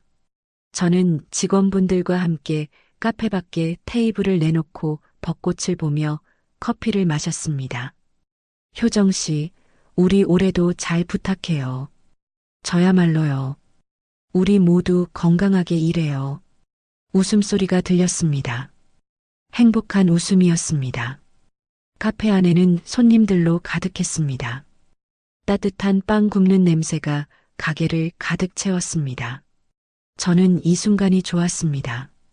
돈이 많아서가 아니었습니다. 제가 제 인생의 주인이 되었다는 것, 더 이상 누구를 위해 희생하지 않아도 된다는 것, 그것이 진짜 자유였습니다. 저녁 무렵 저는 전세 아파트로 돌아왔습니다. 창문을 열자 봄바람이 들어왔습니다. 더 이상 곰팡이 냄새도 습기도 없었습니다. 따뜻하고 깨끗한 제 집이었습니다. 거실 한쪽에는 사진들이 있었습니다. 인숙이와 여행 갔던 사진, 카페 직원분들과 찍은 사진, 유준이와 함께 찍은 사진, 제 새로운 인생의 사진들이었습니다. 그 사진 속에는 태진이와 며느리가 없었습니다. 하지만 저는 괜찮았습니다. 가끔 유준이를 통해 그들이 잘 산다는 소식을 듣는 것, 그것으로 충분했습니다. 저는 더 이상 그들의 엄마도 할머니도 아니었습니다. 저는 그냥 이효정이었습니다. 80살의 카페를 운영하는 행복한 이효정이었습니다. 멀리서 들려오는 소식. 아들과 며느리가 떡볶이 가게를 열심히 운영하며 빚을 다 갚았다고, 명품 대신 검소함을 배웠다고, 손님을 존중하고 직원을 아끼는 법을 배웠다고, 할머니 생각을 매일 한다고 유준이를 통해 전해지는 그 말. 저는 그저 미소만 지었습니다. 잘 됐네. 그렇게 배우는 거야. 얼마 뒤 찬바람이 몸속을 파고드는 듯한 추위가 몰려올 무렵이었습니다. 유준이는 회사에 어느 정도 적응을 하고 하루하루 바쁜 나날을 지냈습니다. 이따금씩 힘이 들 때면 퇴근길에 저를 만나고 가곤 했습니다. 유준이가 힘이 들다며 찾아올 때면 따뜻한 차 한 잔을 내주거나 속을 든든하게 하고 가라며 소박하지만 정갈하게 밥상을 차려주었습니다. 해맑게 역시 할머니 밥이 최고예요. 라며 말하는 유준이를 보니 흐뭇했습니다. 그렇게 하루하루 시간이 흐를수록 문득 이런 생각이 들었습니다. 그래, 한 번쯤은 봐주는 것도 나쁘진 않겠지. 멀리서나마 그들이 어떻게 살아가고 있는지 직접 눈으로 보고 싶었습니다. 매번 손자를 통해 듣는 아들과 며느리의 소식. 유준이가 거짓말을 할 아이는 아니었지만 정말 진심으로 뉘우치며 살고 있는 것인지 또 다른 허영심을 가지고 어긋나고 있지는 않은지 반신반의하는 마음이 앞섰죠. 저는 유준이가 알려준 대로 두 사람이 운영하는 분식집을 찾았습니다. 근처에 차를 주차하고 창밖으로 그곳을 바라보았죠. 쉴 새 없이 손님들이 들락날락했습니다. 어린아이들이 몰려와서 떡꼬치나 핫도그 같은 간식을 사 먹기도 하고 말입니다. 손님들과 허물없이 지내며 너스레를 떠는 그들의 모습을 보니 마음이 놓였습니다. 조금 더 용기 내보기로 했습니다. 차에서 내려가게로 다가갔습니다. 어서 오세요. 어머니. 놀란 눈을 한 아들이 저를 보고는 서둘러 주방으로 다가가 며느리를 불렀습니다. 며느리도 헐레벌떡 뛰어나와 저를 마주했죠. 어머니요. 여긴 어떻게? 어머니, 일단 앉으세요. 식사는 하셨어요? 딱히 잘난 건 없지만 뭐라도 하나 드세요. 오래 있을 생각 없다. 떡볶이랑 김밥 한 줄만 내다오. 두 사람은 당황하는 것도 잠시 제 앞에 떡볶이와 김밥 한 줄을 내왔습니다. 손님 응대를 하는 와중에도 시선은 저에게 고정이었죠. 몇 년 만에 찾아온 제가 반갑기도 어색하기도 할 일이었습니다. 아들이 건네준 떡볶이와 김밥을 맛보았습니다. 시장에서 아낙네들이 만들어 팔던 진한 양념이 배어든 떡볶이, 배고픔을 잊게 해주는 내용물이 꽉 찬 김밥, 따뜻한 어묵 국물과 함께 먹으니 속이 든든해지는 느낌이었습니다. 어머니 맛이 어떠세요? 맛이 있네. 자, 계산 좀 부탁한다. 어색하게 카드를 받아든 아들이 계산대 앞에 서서 저에게 말했습니다. 단호한 저의 모습에 어쩔 줄 몰라 하는 모습이었죠. 어머니, 연락 못 드려서 죄송해요. 저희도 열심히 잘 살고 있고 노력하고 있어요. 자주 오세요. 생각해보고. 그런데 찾아오는 일은 없을 거야. 한 번은 보고 싶었다. 유준이 통해서 너희들 소식 듣는 것도 있지만 한 번쯤은 직접 보고 싶어서 온 거야. 어머니, 각자의 위치에서 열심히 살아가자꾸나. 너희들이 하고 싶은 대로 하면서 살아. 나는 나 하고 싶은 대로 하면서 살 거니까. 그게 서로에게 좋겠지. 그럼 이만 가보마. 네, 어머니. 건강 잘 챙기세요. 어머니, 꼭 다시 오세요. 아쉬움이 가득한 두 사람의 말을 뒤로하고 저는 가게를 나섰습니다. 집으로 오는 차 안 마음이 싱숭생숭하더라고요. 예전처럼 젊었던 모습은 온데간데 없고 고생한 흔적이 보이긴 했지만 흡족했습니다. 기대 이상으로 잘하고 있네. 저는 더 이상 그들을 만나지 않았습니다. 용서는 했지만 관계를 회복할 생각은 없었습니다. 제 인생에서 가장 큰 배신을 준 사람들, 손주 보려면 돈 내라고 했던 그 사람들, 저는 그들 없이도 행복했습니다. 아니, 그들이 없기에 더 행복했습니다. 이제 저는 아무에게도 이용당하지 않았습니다. 아무에게도 무시당하지 않았습니다. 저는 저를 위해 살았고, 제가 원하는 사람들과 시간을 보냈습니다. 그것이 진짜 행복이었습니다. 언니, 나도 이제 늙었나 봐. 부동산 일도 더 못하겠고, 사무실 접었어. 그렇게 갑자기 그만둬도 되는 거야? 나도 언젠가는 쉬어야지 했어. 할 수 있을 때까지 하려고 했는데, 이제는 조금 쉬고 싶어서. 그래, 뭐든지 적당한 때가 있는 법이지. 그럼 이제 뭐 하게? 언니랑 놀아야지. 남아도는 게 시간인데. 인숙이는 사무실을 정리하고 조금 더 여유로운 삶을 보내고 싶다 했습니다. 인수가, 그럼 너도 우리 카페에 나와. 정식 직원은 하지 말고 너무 아무것도 안 하면 병나니까 일주일에 한두 번만 나오던지. 어머, 그래도 되는 거야? 응. 꼭 커피 내리고 빵 만들고 이런 게 아니더라도 내가 따로 상담소 운영하려고 하고 있거든. 너 그거 해보는 거 어때? 사람들도 많이 만나봤고 대화하는 거 좋아하니까 어울릴 것 같네. 인숙이는 카페 본점에서 일주일에 2번 찾아오는 노인들과 상담을 해주는 일을 시작했습니다. 따로 예약을 받거나 하는 건 아니지만 찾아오는 사람들과 조금 더 소통을 하고 싶은 생각에 제가 상담소 운영을 시작했거든요. 저도 지점을 돌아다니며 만나는 손님들과 이야기를 나누곤 합니다. 이제 그 일을 인숙이와 함께 시작하게 된 것이죠. 처음에는 웬 할머니가 상담을 해주냐는 시기였는데 요즘엔 젊은 친구들도 찾아와 자신의 이야기를 털어놓곤 합니다. 살아온 연륜을 무시하지 못한다며 그렇게라도 이야기하고 나면 마음이 편안하다면서요.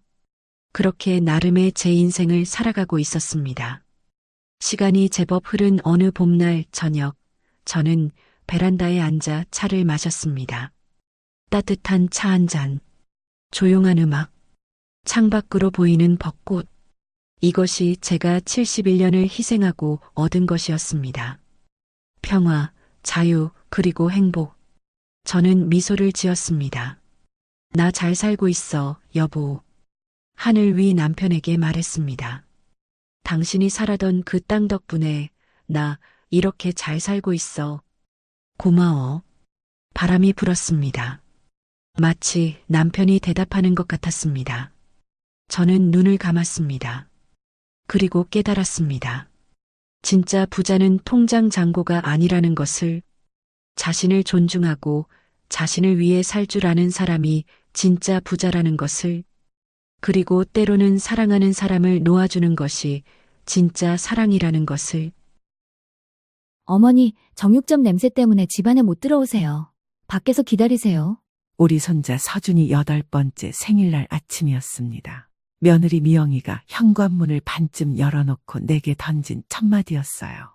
새벽 5시부터 일어나 정성껏 끓인 미역국과 서준이가 좋아하는 잡채를 들고 갔는데 말입니다. 내 손에는 아직도 김이 모락모락 피어오르는 음식 용기가 들려 있었습니다.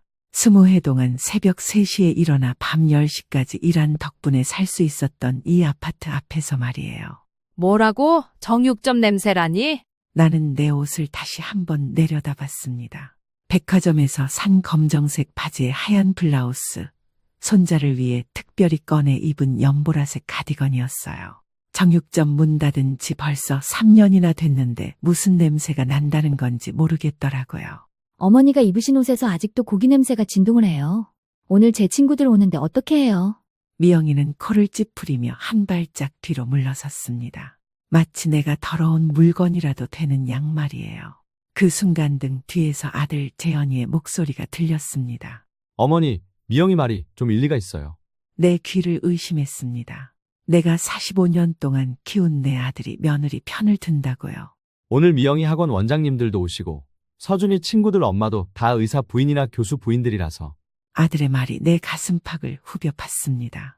그러니까 정육점을 한 엄마는 부끄럽다는 얘기였습니다. 의사나 교수 앞에서는 창피해서 못 내세울 엄마라는 뜻이었어요. 재현아, 네가 지금 뭔 소리를 하는 거냐? 어머니, 오해하지 마세요. 그런 뜻이 아니라. 어머니, 솔직히 말씀드릴게요. 어머니 옷차림이나 말투를 보면 딱 시장 아줌마 티가 나거든요.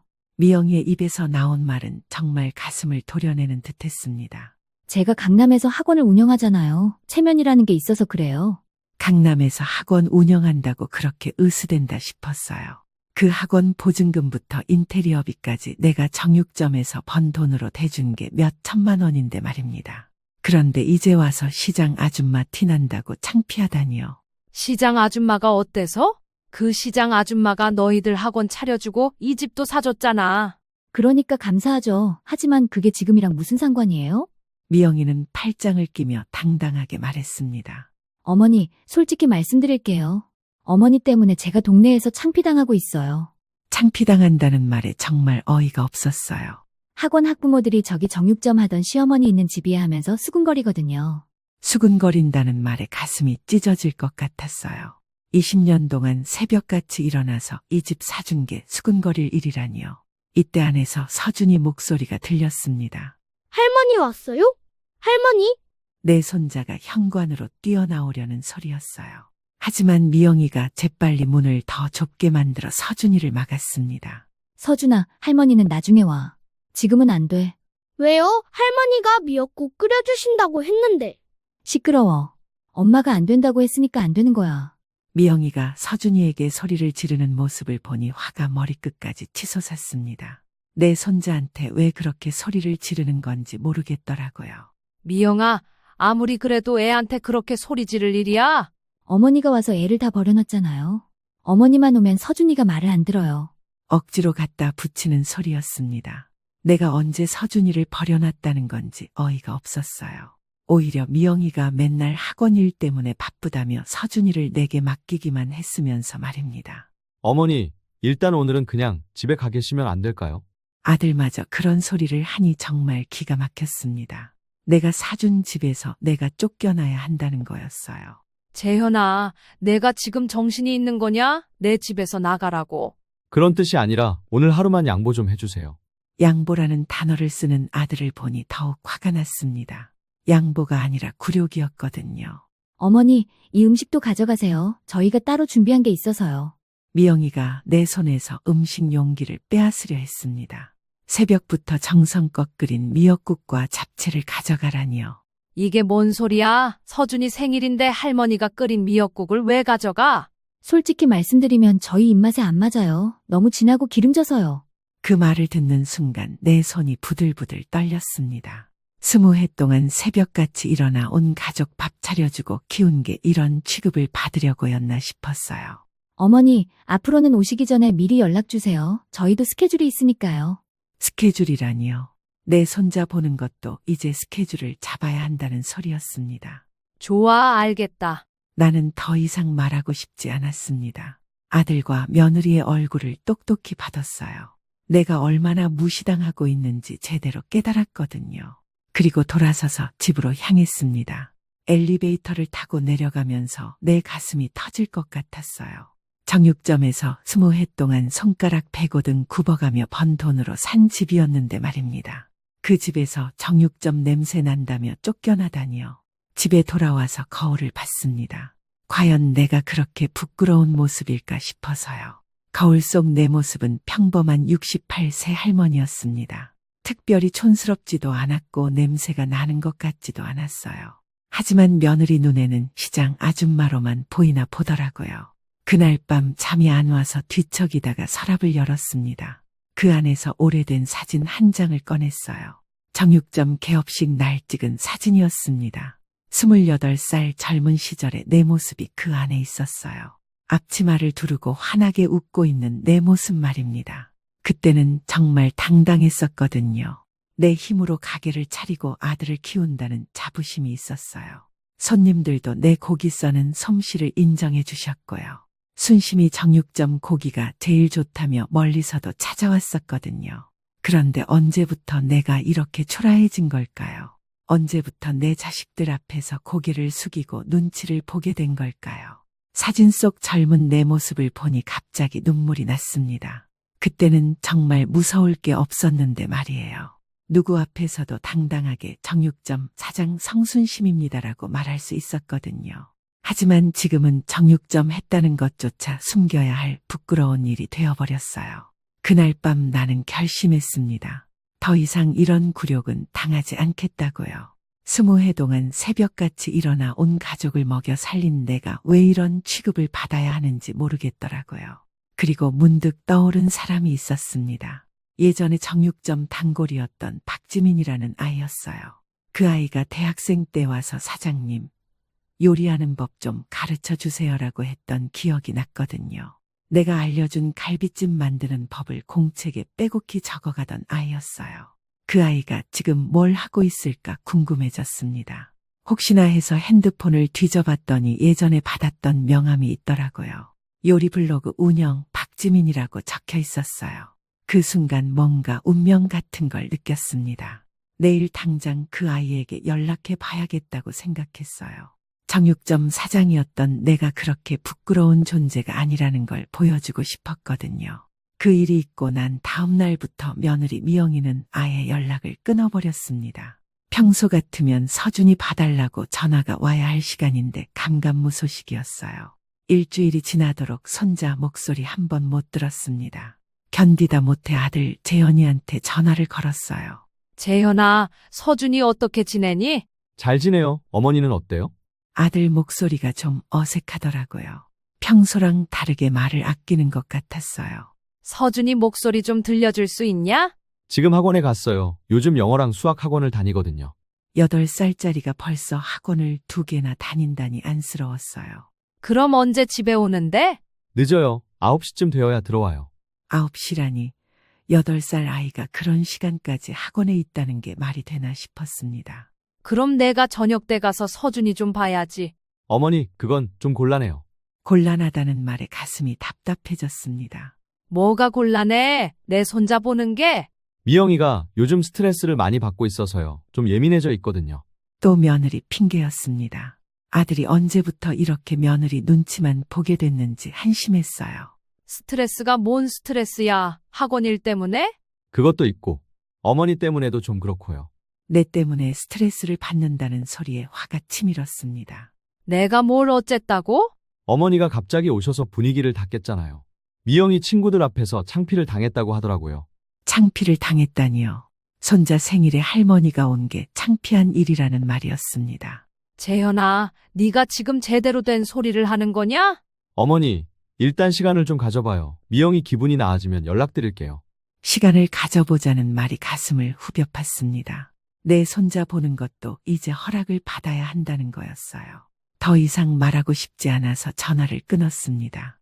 그리고 며칠 뒤 충격적인 소식을 들었어요. 같은 아파트에 사는 김 여사가 알려준 소식이었습니다. 엘리베이터에서 우연히 만났는데 이상한 말을 하더라고요. 순심 씨, 며느리가 인터넷에 올린 글 봤어요. 인터넷에 글을 올렸다는 말에 가슴이 뛰었습니다. 무슨 글이요? 며느리가 시어머니 유혹하는 글을 올렸던데요.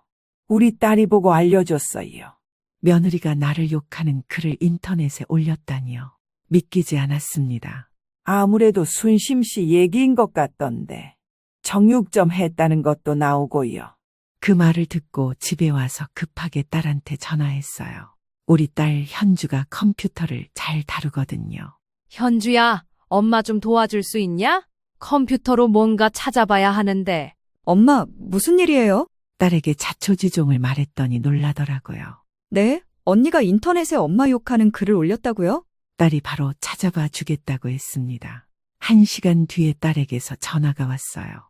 엄마, 찾았어요. 이거 정말 심각한데요? 딸의 목소리가 심각했습니다. 엄마, 지금 당장 제가 가서 보여드릴게요. 딸이 노트북을 가지고 우리 집에 왔습니다. 그리고 미영이가 올린 글을 보여줬어요. 컴퓨터 화면에 나온 글을 보고 정말 기가 막혔습니다. 정육점 출신 시어머니 때문에 스트레스로 죽을 것 같아요라는 제목이었어요. 글 내용은 더 가관이었습니다. 시어머니가 정육점을 해서 온몸에서 고기 냄새가 난다는 이야기부터 시작해서요. 교양 없는 시어머니 때문에 친구들 앞에서 창피당했다는 내용이 주르륵 적혀 있었어요.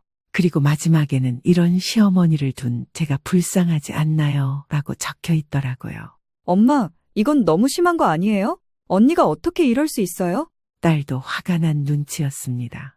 그 글 밑에 달린 댓글들을 보니 더 가슴이 아팠어요. 시어머니가 정말 예의 없으시네요. 정육점 냄새는 진짜 지독할 것 같아요. 이런 댓글들이 줄줄이 달려 있었거든요. 모르는 사람들이 나를 욕하고 있는 거였어요.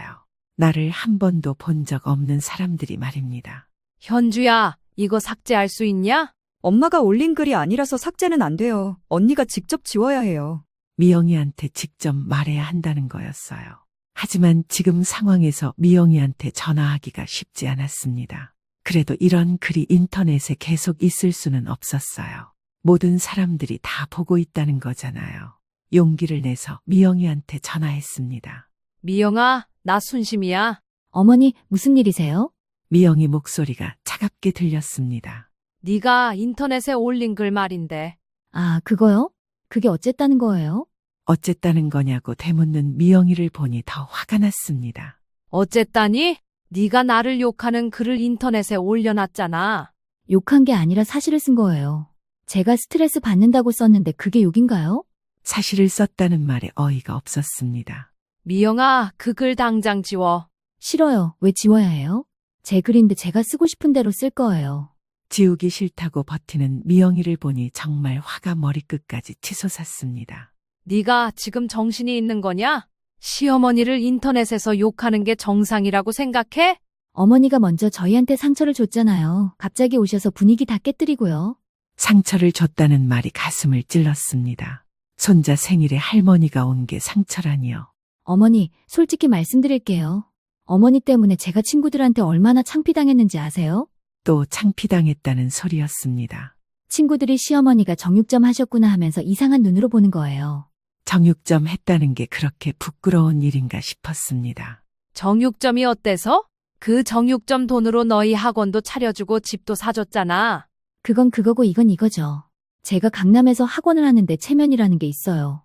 체면 때문에 시어머니를 인터넷에서 욕한다는 소리였습니다. 미영아, 마지막으로 한 번만 더 말한다. 그 글 당장 지워.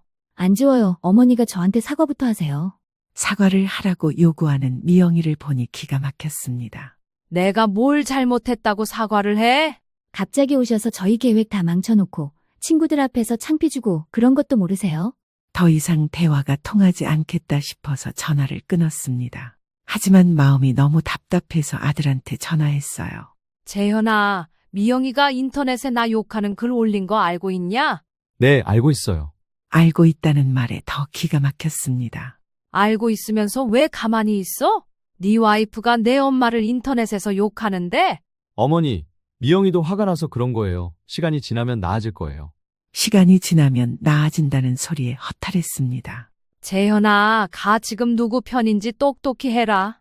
어머니, 편을 가를 일이 아니라 서로 이해하면. 이해하자는 소리를 더 듣고 싶지 않았습니다. 전화를 끊고 혼자 앉아있으니 너무 화가 났어요. 20해 동안 새벽같이 일어나 가족을 위해 일한 내가 이런 취급을 받아야 하나 싶었거든요. 그때 문득 박지민이 생각났습니다. 어제 명함을 찾아뒀는데 연락해 볼까 하는 마음이 들었어요. 용기를 내서 전화를 걸었습니다. 지민아, 나 성순심이야. 예전에 정육점 하던. 아, 사장님, 정말 오랜만이에요. 어떻게 지내세요? 지민이 목소리가 반가워 들렸습니다. 오랜만에 따뜻하게 반겨주는 사람을 만난 기분이었어요. 사장님, 요즘 뭐 하고 계세요? 정육점은 아직도 하세요?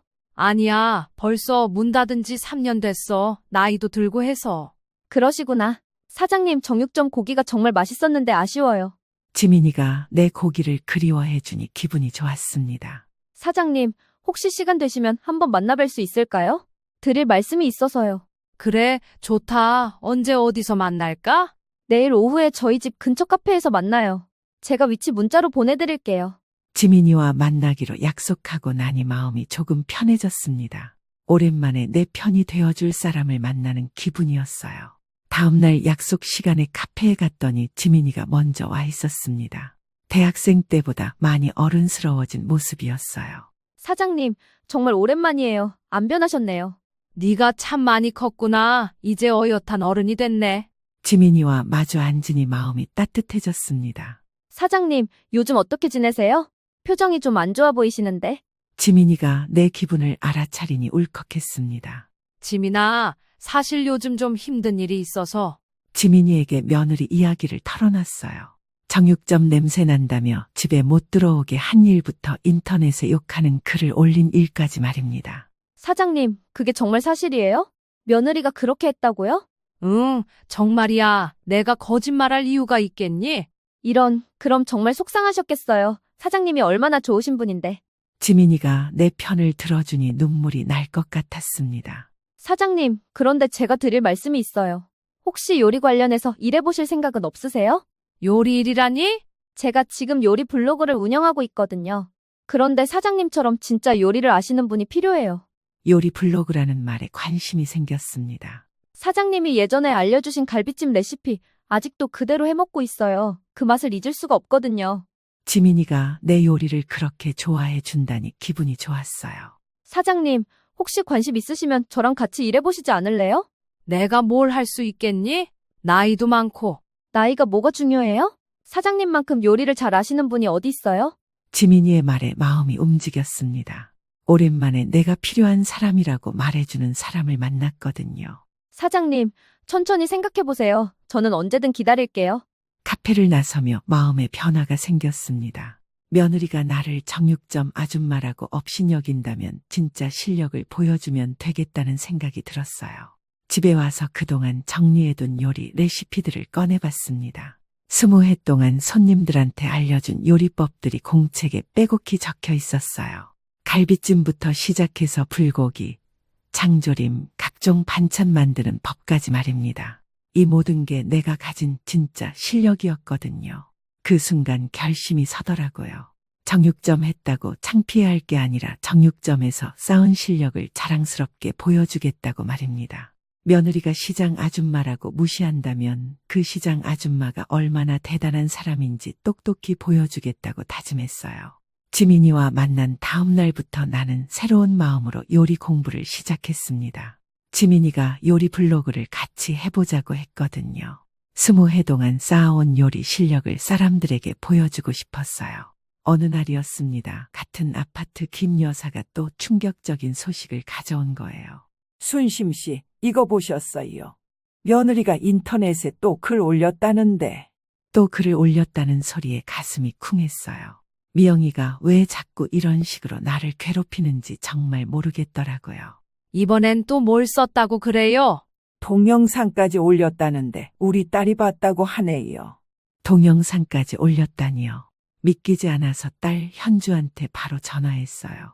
현주야, 미영이가 또 인터넷에 뭔가 올렸다는데 확인 좀 해줄 수 있냐? 엄마, 잠깐만요. 지금 찾아볼게요. 한참 뒤에 딸에게서 전화가 왔는데 목소리가 떨리고 있었어요. 엄마, 이거 정말 심각해요. 제가 지금 가서 보여드릴게요. 딸이 급하게 우리 집에 왔습니다. 노트북을 켜서 보여주는데 정말 기가 막혔어요. 정육점 출신 시어머니의 끈질긴 괴롭힘이라는 제목의 동영상이었습니다. 미영이가 직접 얼굴을 내밀고 나를 욕하는 영상이었어요. 안녕하세요, 여러분. 저번에 시어머니 때문에 스트레스 받는다고 글 올렸던 사람이에요. 화면 속 미영이가 눈물까지 흘리며 연기를 하고 있었습니다. 시어머니가 계속 저희 집에 오셔서 괴롭히고 계세요.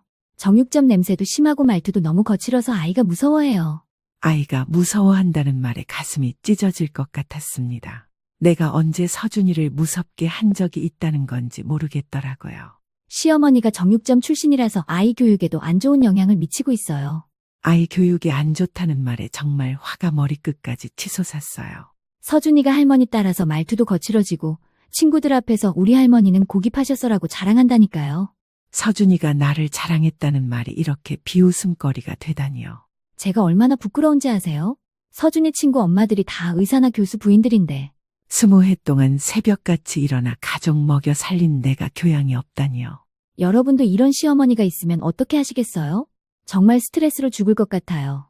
동영상 밑에 달린 댓글들을 보니 더 가슴이 아팠어요. 시어머니가 정말 심하네요. 정육점 냄새는 진짜 지독할 거예요. 며느리가 불쌍해요. 이런 댓글들이 수백 개나 달려 있었거든요. 엄마, 이건 너무 심한 거 아니에요? 언니가 어떻게 이럴 수 있어요? 딸도 화가 나서 떨고 있었습니다. 엄마, 이거 고소해야 하는 거 아니에요? 명예훼손이잖아요. 고소라는 말을 듣고 보니 정말 그럴 수도 있겠다 싶었어요. 하지만 내 며느리를 고소한다는 게 쉬운 일이 아니었습니다. 현주야, 일단 오빠한테 전화해서 이거 봤는지 물어봐. 딸이 재현이한테 전화를 걸었어요. 오빠, 언니가 또 인터넷에 엄마 욕하는 동영상 올린 거 알아? 전화 너머로 재현이 목소리가 들렸습니다. 알고 있어. 그런데 뭐 어쩌라고? 뭐 어쩌라고 하는 아들 말에 더 기가 막혔습니다. 오빠, 정신 차려. 언니가 우리 엄마를 인터넷에서 욕하고 있다고. 미영이도 화가 나서 그런 거야. 시간이 지나면 괜찮아질 거야. 또 시간이 지나면 괜찮아진다는 소리였어요. 시간이 지나면 괜찮아져? 지금 엄마가 얼마나 힘들어 하시는데. 그럼 어머니가 먼저 미영이한테 사과하시면 되잖아. 내가 사과하라는 말에 정말 어이가 없었습니다. 재현아, 전화 이리 줘봐. 딸한테서 전화를 받아서 아들과 직접 얘기했어요. 재현아, 내가 지금 제대로 된 소리를 하는 거냐? 어머니, 미영이가 원하는 건 간단해요. 어머니가 사과하시고 앞으로는 미리 연락하고 오시라는 거예요. 미리 연락하고 오라는 말에 화가 머리끝까지 치솟았습니다. 내 집에 오는데 왜 허락을 받아야 해? 어머니 집이긴 하지만 저희가 살고 있잖아요. 예의상 그런 거죠. 예의상이라는 말에 더 화가 났습니다. 예의는 며느리가 시어머니한테 지켜야 하는 거 아니야? 어머니도 며느리 입장을 좀 이해해 주세요. 또 이해해 달라는 소리였어요. 재현아, 네가 내 아들 맞냐? 네 와이프가 네 엄마를 인터넷에서 욕하는데 가만히 있는 게 정상이라고 생각해? 어머니, 목소리 좀 낮춰주세요. 미영이가 들어요. 며느리가 듣는다고 목소리 낮추라는 아들을 보니 정말 한심했습니다. 좋아, 이제 알겠다. 네가 누구 편인지 확실히 알겠어. 더 이상 말하고 싶지 않아서 전화를 끊었습니다. 그리고 며칠 뒤 더 충격적인 일이 일어났어요. 서준이 학교에서 연락이 온 거였습니다. 담임 선생님이 직접 전화를 주셨어요. 서준이 할머니시죠? 서준이 때문에 연락드렸어요. 네, 무슨 일이 있나요? 서준이가 요즘 학교에서 자꾸 할머니 보고 싶다고 울어서요. 서준이가 운다는 말에 가슴이 미어졌습니다. 혹시 가정에 무슨 일이 있으신가요? 서준이가 엄마가 할머니 못 만나게 한다고 하더라고요. 담임 선생님까지 우리 가족 사정을 알게 됐다니 창피했어요. 선생님, 죄송합니다. 집안에 좀 복잡한 일이 있어서요. 아, 그러시구나. 그런데 서준이가 너무 힘들어해서 상담이 필요할 것 같아요. 상담이 필요하다는 말에 더 마음이 아팠습니다. 내 손자가 할머니 때문에 상담까지 받아야 한다니요. 전화를 끊고 바로 아들한테 연락했어요. 재현아, 서준이 담임 선생님한테서 연락 왔다. 무슨 일이에요? 서준이가 학교에서 할머니 보고 싶다고 운다는데? 아, 그거 요즘 서준이가 좀 그래요. 요즘 좀 그렇다는 말에 화가 났습니다. 좀 그래가 뭔 소리야. 내 손자가 상담까지 받아야 한다는데? 어머니, 서준이는 괜찮아요. 시간이 지나면. 또 시간이 지나면 괜찮아진다는 소리였어요. 재현아, 내가 서준이 한 번만 봐도 안 되냐? 지금은 좀 어려워요. 미영이가 아직. 미영이가 아직 화났다는 소리였습니다. 그럼 언제까지 기다려야 해? 내 손자 언제 볼 수 있는 거야? 어머니가 먼저 사과하시면 금방 해결될 텐데요. 또 사과하라는 소리를 하는 아들이 정말 원망스러웠어요. 내가 뭘 잘못했다고 사과를 해? 손자 생일에 할머니가 온 게 죄야? 어머니, 그때 분위기를 깨뜨리신 건 사실이잖아요. 분위기를 깨뜨렸다는 말에 더 화가 났습니다. 좋아, 이제 정말 알겠다. 더 이상 아들과 얘기하고 싶지 않았어요. 그날부터 정말 힘든 시간이 시작됐습니다. 동네 사람들이 나를 보는 시선이 달라진 게 느껴졌거든요. 미영이가 올린 동영상을 본 사람들이 있었나 봐요. 마트에 가면 사람들이 수근수근 거리는 소리가 들렸습니다. 저 사람이 인터넷에 나온 그 시어머니래. 정육점 했던 사람이지. 이런 소리들이요.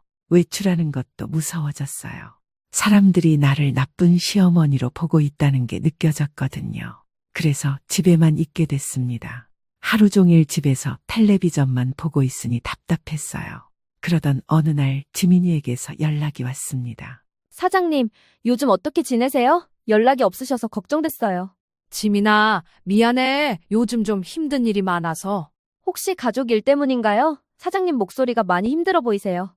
지민이한테 요즘 상황을 다 얘기했어요. 며느리가 동영상까지 올린 일부터 손자를 못 보고 있는 일까지 말입니다. 사장님, 그게 정말 사실이에요? 며느리가 그렇게까지 했다고요? 응, 정말이야. 이제 동네 사람들도 다 알아서 나가기가 무서워. 사장님, 너무 속상하셨겠어요. 그런데 사장님이 그렇게 집에만 계시면 안 돼요. 지민이가 걱정해주니 고마웠습니다. 사장님, 제가 말씀드렸던 요리 블로그 일 어떻게 생각하세요? 지민아, 지금 상황에서 내가 그런 일을 할 수 있겠니? 오히려 지금이 기회일 수도 있어요. 사장님의 진짜 모습을 사람들에게 보여주는 거죠. 진짜 모습을 보여준다는 말에 관심이 생겼습니다. 며느리가 사장님을 나쁘게 말하고 있으니까 사장님이 직접 나서서 해명하시는 거예요. 해명이라니? 사장님이 얼마나 좋은 분인지, 요리를 얼마나 잘하시는지 사람들에게 보여주는 거죠. 지민이 말이 맞는 것 같았어요.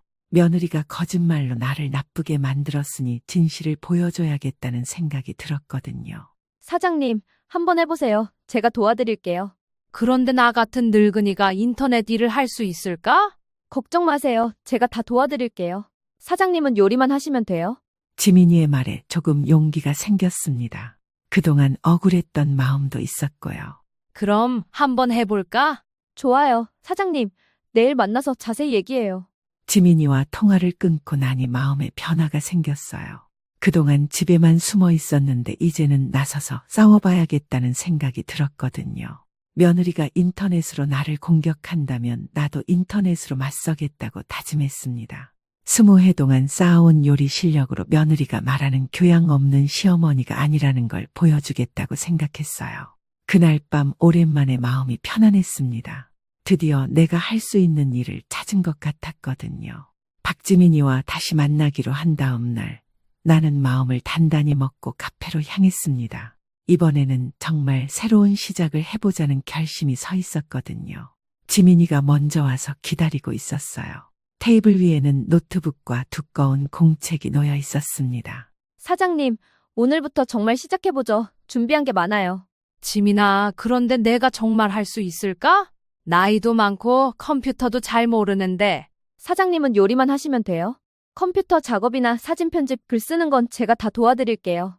지민이가 확실하게 역할을 나누어 말해주니 안심이 됐어요. 혼자서는 절대 할 수 없는 일이었거든요. 지민이가 노트북을 열어서 보여주는 화면을 봤습니다. 순심 할매의 진짜 요리라는 제목이 적혀 있었어요. 사장님, 이게 저희가 만들 블로그 이름이에요. 어떠세요? 순심 할매라, 괜찮은 것 같다. 할매라는 말이 처음에는 좀 그랬는데 지민이가 친근하게 부르니까 나쁘지 않더라고요. 사장님이 아시는 요리법들을 하나씩 올려보는 거예요. 그런데 단순히 레시피만이 아니라 사장님의 이야기도 함께요. 내 이야기? 네, 사장님이 정육점을 하시면서 손님들한테 어떤 요리를 알려주셨는지 그때의 추억들도 함께 쓰는 거죠. 정육점 시절 이야기를 하자니 가슴이 따뜻해졌습니다. 그때는 정말 보람 있었거든요. 사장님, 첫 번째로 어떤 요리를 해볼까요? 갈비찜은 어떨까? 네가 예전에 배워갔던 그거 말이야. 아, 그 갈비찜요. 정말 맛있었어요. 지금도 그 레시피로 해먹고 있거든요. 지민이가 내 요리를 좋아해 주니까 기분이 좋았어요. 그럼 내일 제가 재료 준비해서 사장님 집으로 갈게요. 요리하는 모습을 사진으로 찍어서 올리는 거예요. 사진을 찍는다는 말에 조금 긴장됐습니다. 지민아, 사진 찍는 거 괜찮을까? 나 옷도 별로 없고. 사장님, 괜찮아요. 요리할 때는 앞치마 두르시니까 상관없어요. 자연스러운 모습이 제일 좋거든요. 지민이가 격려해 주니 조금 안심이 됐어요. 그날 밤 집에 와서 갈비찜 재료를 정리해 봤습니다. 20해 동안 손님들한테 알려준 비법도 다시 생각해 봤고요. 오랜만에 설레는 마음으로 잠자리에 들었어요. 다음 날 오후에 지민이가 재료를 가득 들고 우리 집에 왔습니다. 사장님, 갈비도 사왔고 야채들도 다 준비했어요. 지민아, 고생 많았구나. 이것들 다 얼마나 비쌌을 텐데. 사장님, 걱정 마세요. 이거 다 필요한 투자예요. 지민이가 카메라도 가져왔더라고요. 생각보다 크고 무거운 카메라였어요. 사장님, 평소처럼 요리하시면 돼요. 제가 중간중간 사진을 찍을게요. 처음에는 카메라가 있으니까 어색했어요. 하지만 요리를 시작하니까 금세 익숙해졌습니다. 갈비를 손질하고 양념을 만드는 과정을 지민이가 꼼꼼히 사진으로 남겼어요. 지민아, 갈비는 이렇게 핏물을 빼야 해. 찬물에 1시간은 담가둬야 돼. 사장님, 정말 꼼꼼하시네요. 저는 그냥 물에 헹구기만 했거든요. 지민이가 내 요리법에 감탄하는 모습을 보니 뿌듯했어요. 그리고 양념은 이렇게 해야 해. 간장, 설탕, 마늘, 생강. 비율이 중요하거든. 20해 동안 쌓아온 노하우를 하나씩 알려줬습니다. 지민이가 다 적어가면서 열심히 들었어요. 사장님, 이거 정말 귀한 레시피네요. 이런 걸 인터넷에 공짜로 알려주시는 거예요? 좋은 걸 혼자만 알고 있으면 뭐해? 나누는 게 좋지. 요리하는 내내 마음이 편했어요. 오랜만에 내가 잘하는 일을 하고 있다는 기분이었거든요.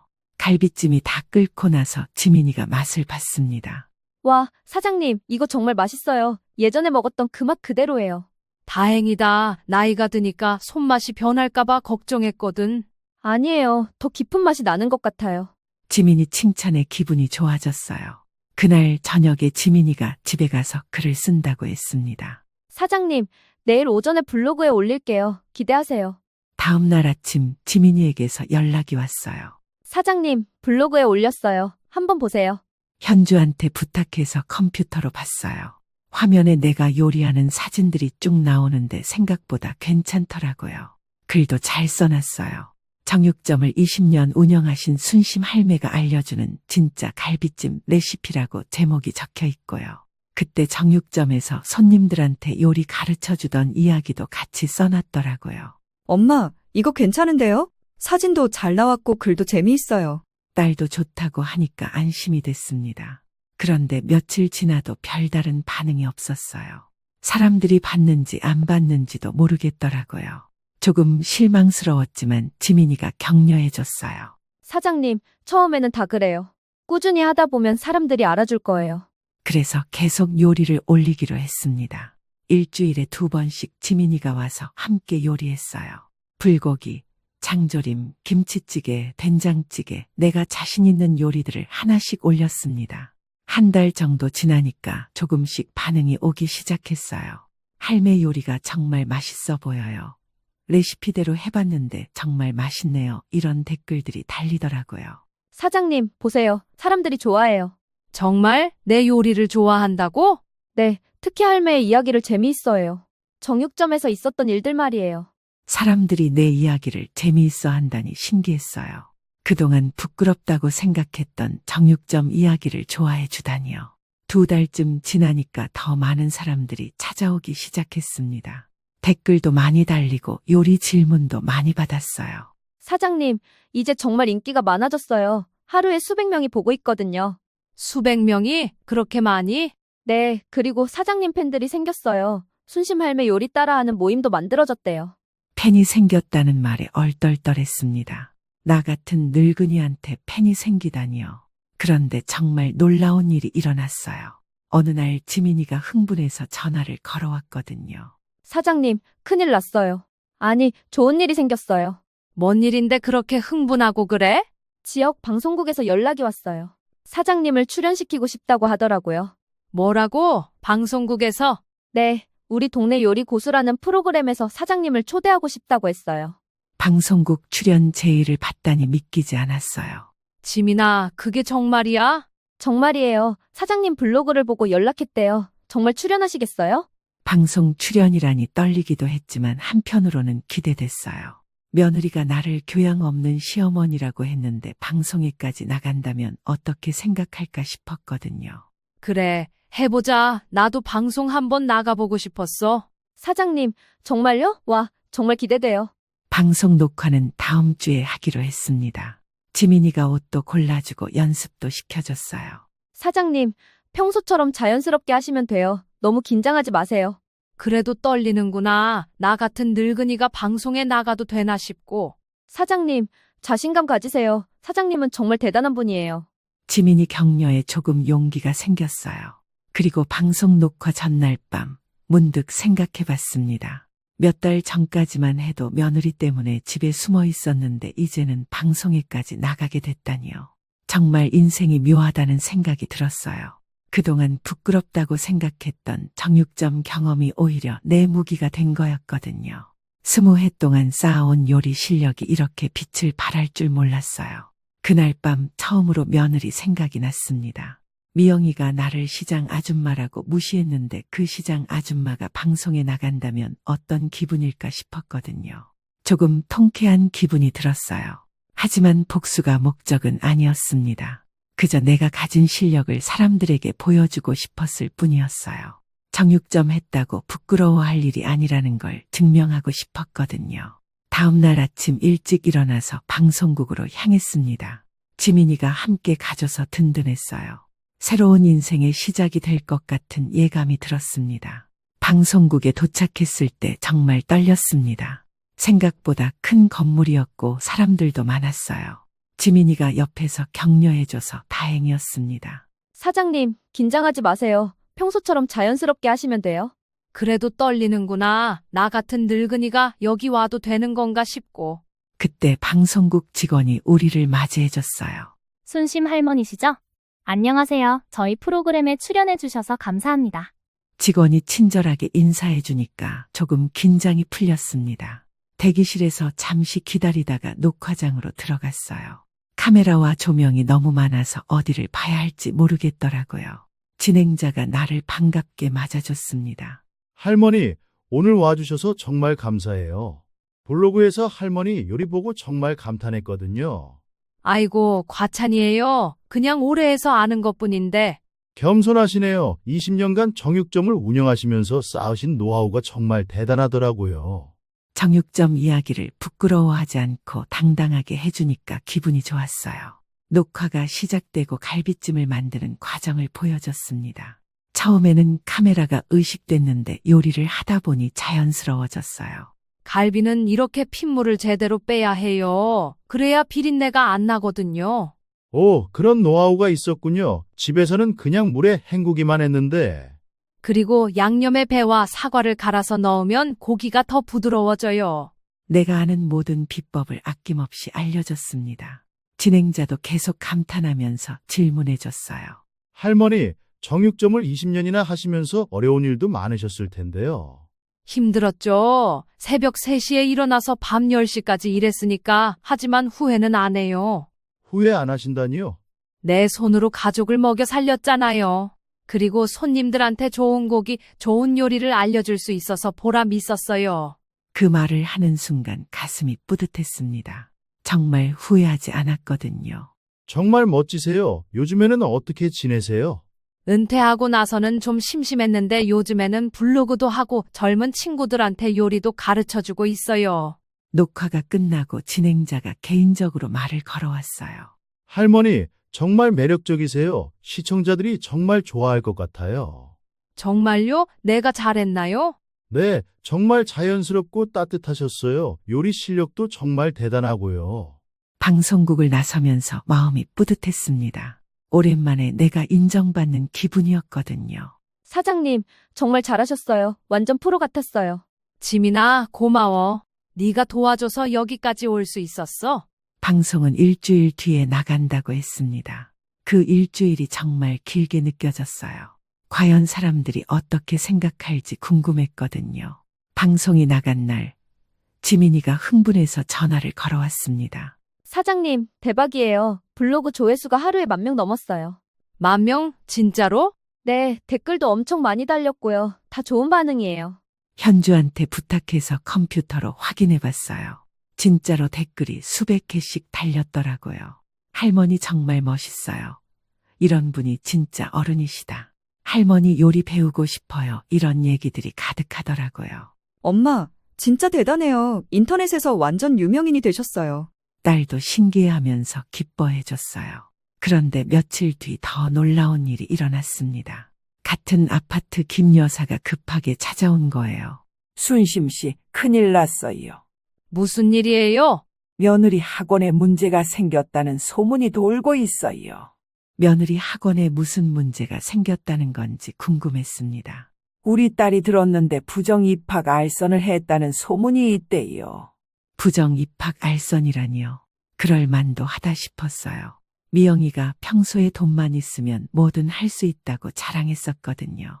그리고 학부모들이 단체로 환불 요구를 하고 있다는 얘기도 있어요. 환불 요구까지 받고 있다니 심각한 상황 같았어요. 순심 씨가 방송 나온 걸 보고 사람들이 며느리한테 관심을 갖기 시작했나 봐요. 내가 방송에 나간 것 때문에 며느리가 주목받게 됐다는 말이었습니다. 그날 저녁 아들한테서 전화가 왔어요. 어머니, 좀 만나서 얘기할 수 있을까요? 아들 목소리가 심각했습니다. 무슨 일인데? 전화로는 얘기하기 어렵고 내일 오후에 댁으로 갈게요. 다음 날 오후 아들이 혼자 우리 집에 왔습니다. 얼굴이 많이 수척해진 것 같았어요. 미영이 학원이 큰일 났어요. 무슨 일인데? 학부모들이 집단으로 항의하고 있어요. 부정 입학 알선했다고. 역시 소문이 사실이었나 봅니다. 그리고 어머니가 방송 나온 걸 보고 미영이한테 관심이 몰리면서 더 문제가 커졌어요. 내 방송 때문에 문제가 커졌다는 말에 조금 미안한 마음도 들었어요. 그래서 어쩌려고? 어머니, 부탁이 있어요. 아들이 부탁한다는 말에 무슨 말을 할지 짐작이 갔습니다. 미영이가 어머니한테 용서를 구하고 싶다고 해요. 지금 와서? 어머니, 미영이도 잘못을 인정하고 있어요. 그때 너무 심하게 했다고. 잘못을 인정한다는 말을 듣고 보니 마음이 복잡했습니다. 그리고 임대료 때문에도 좀 어려워졌어요. 임대료 얘기가 나와서 궁금했습니다. 임대료가 왜? 어머니, 사실은 집 임대료를 좀 올려야 할 것 같아요. 갑자기 임대료를 올린다는 말에 놀랐습니다. 왜 갑자기? 집주인이 임대료를 올려달라고 해서요. 결국 돈 때문에 찾아온 거였습니다. 며느리가 사과하고 싶다는 것도 돈 때문이었던 거죠. 재현아, 네가 지금 뭔 소리를 하는 거냐? 어머니, 저희가 정말 어려워졌어요. 도와주세요. 도와달라고 하는 아들을 보니 안쓰럽기도 했지만 한편으로는 화가 났어요. 그동안 나를 무시하더니 어려우면 도와달라고 하는 게 뻔뻔하다 싶었거든요. 재현아, 미영이는 언제 사과하러 오는데? 언제든 어머니가 시간 되실 때. 그럼 내일 저녁에 오라고 해. 서준이도 함께. 네, 알겠어요. 정말 감사해요. 어머니. 아들이 고맙다고 하는 말을 들으니 마음이 조금 풀렸어요. 하지만 이번에는 제대로 된 사과를 받아야겠다고 생각했습니다. 다음 날 저녁 아들 가족이 함께 왔습니다. 며느리 미영이는 처음 보는 모습이었어요.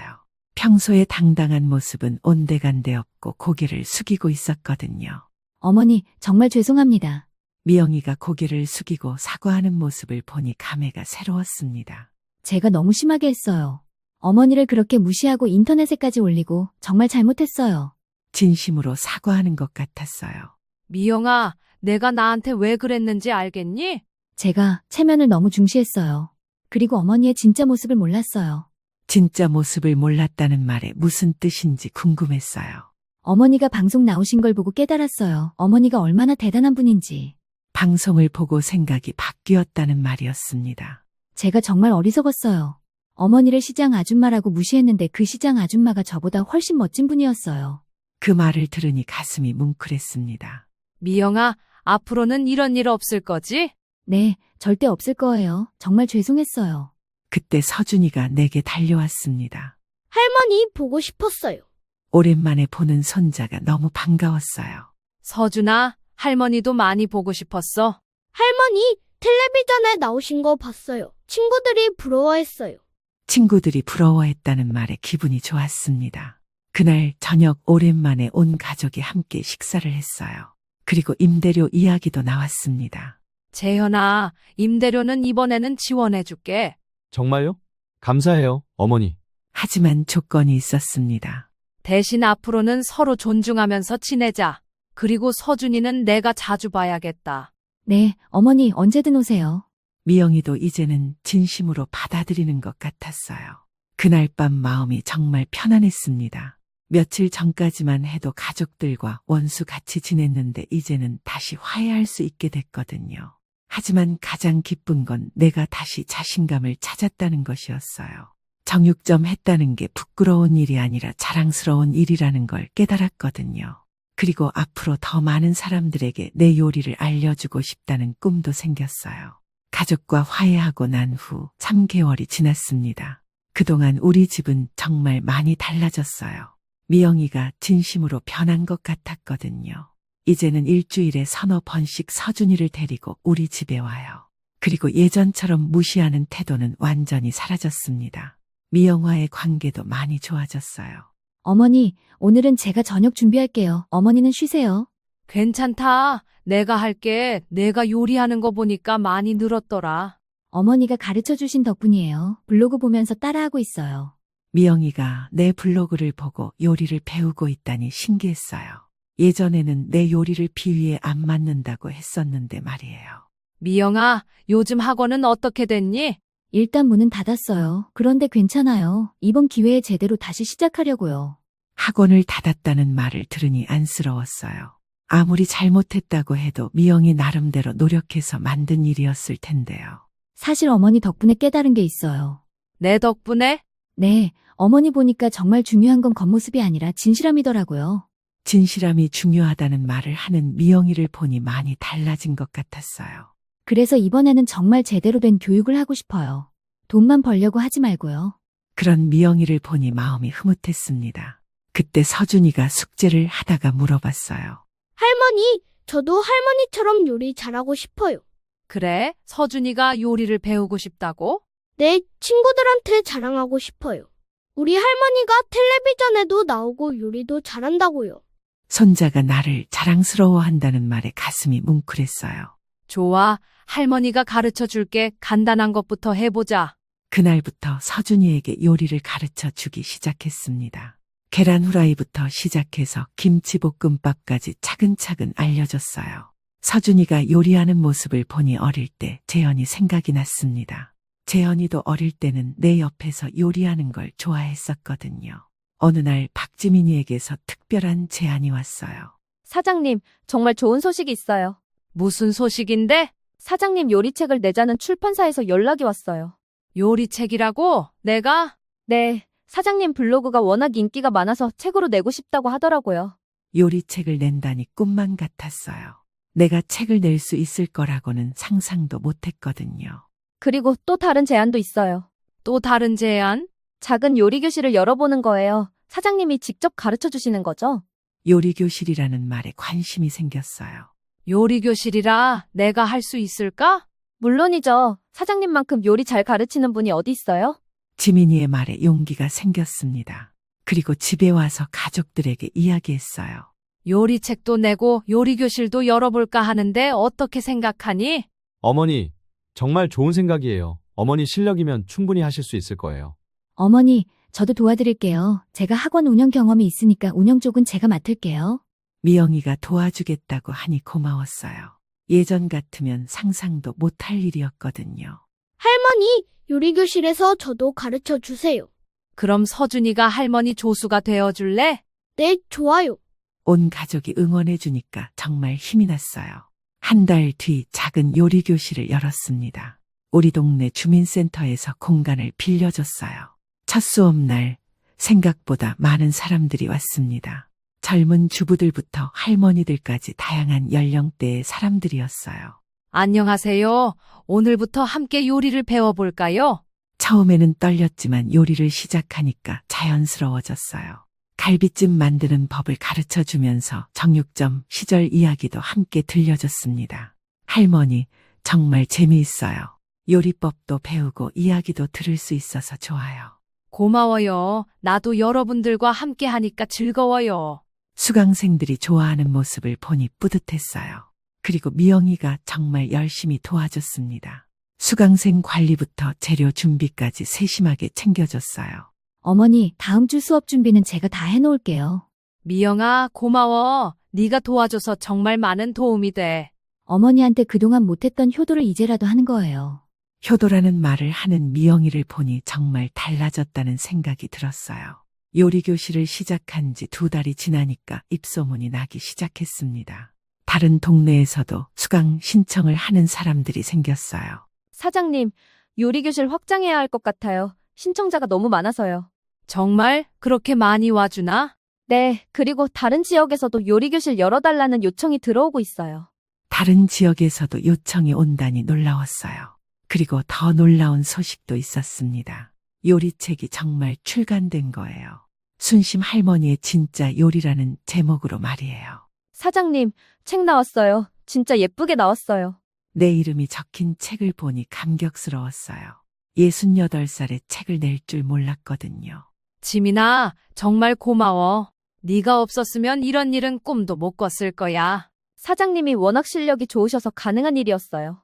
책이 나온 날 온 가족이 모여서 축하 파티를 했습니다. 서준이가 내 책을 들고 자랑스러워하는 모습이 너무 귀여웠어요. 할머니, 이거 학교에 가져가서 친구들한테 보여줘도 돼요? 그럼 마음껏 자랑해라. 그날 밤 잠자리에 들면서 그동안의 일들을 생각해 봤어요. 몇 달 전까지만 해도 며느리 때문에 집에 숨어 있었는데, 이제는 요리책도 내고 요리교실도 하고 있으니 정말 인생이 묘하다는 생각이 들었거든요. 가장 힘들었던 순간이 오히려 새로운 시작의 계기가 된 거였어요. 며느리의 모욕이 없었다면 내가 이런 일을 할 용기를 냈을까 싶었거든요. 그리고 무엇보다 가족들과의 관계가 예전보다 훨씬 좋아진 게 가장 큰 수확이었어요.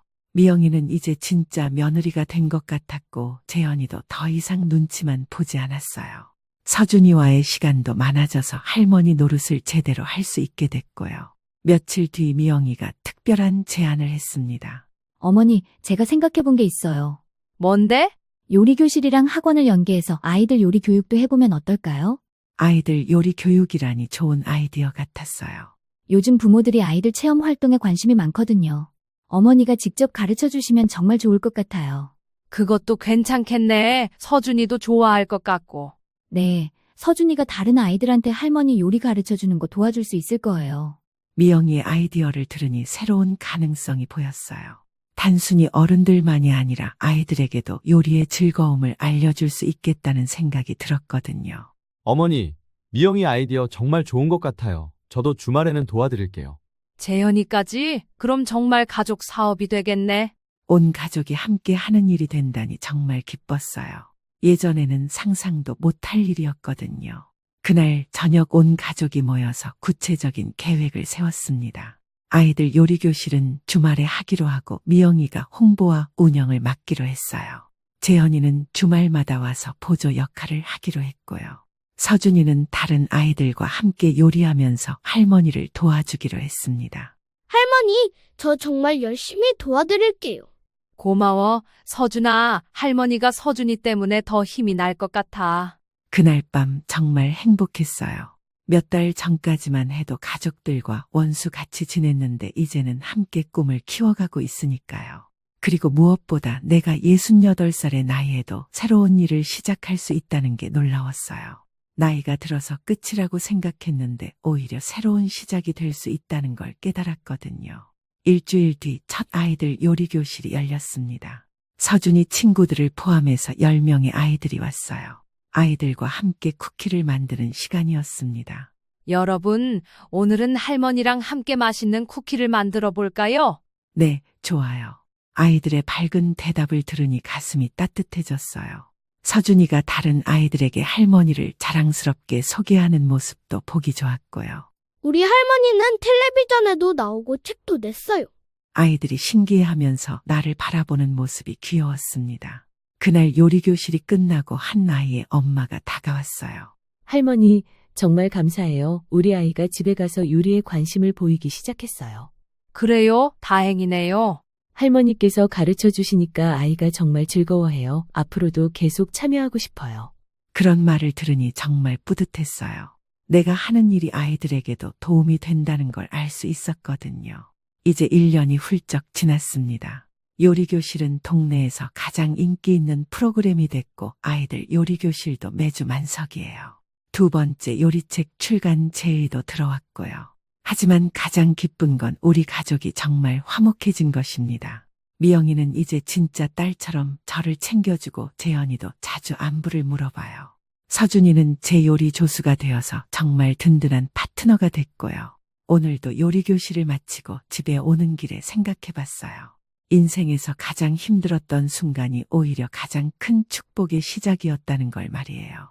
며느리의 모욕이 없었다면 나는 아직도 집에서 텔레비전만 보고 있었을 거예요. 20해 동안 쌓아온 요리 실력도 그냥 묻혀 있었을 테고요. 지금 생각해보니 정말 감사한 일이었어요. 나이가 들어서도 새로운 꿈을 가질 수 있다는 것, 가족과 진정한 화해를 할 수 있다는 것, 그리고 내가 가진 재능으로 다른 사람들에게 도움을 줄 수 있다는 것까지 말이에요. 68살에 시작한 새로운 인생이지만 앞으로도 계속 열심히 살아갈 생각입니다.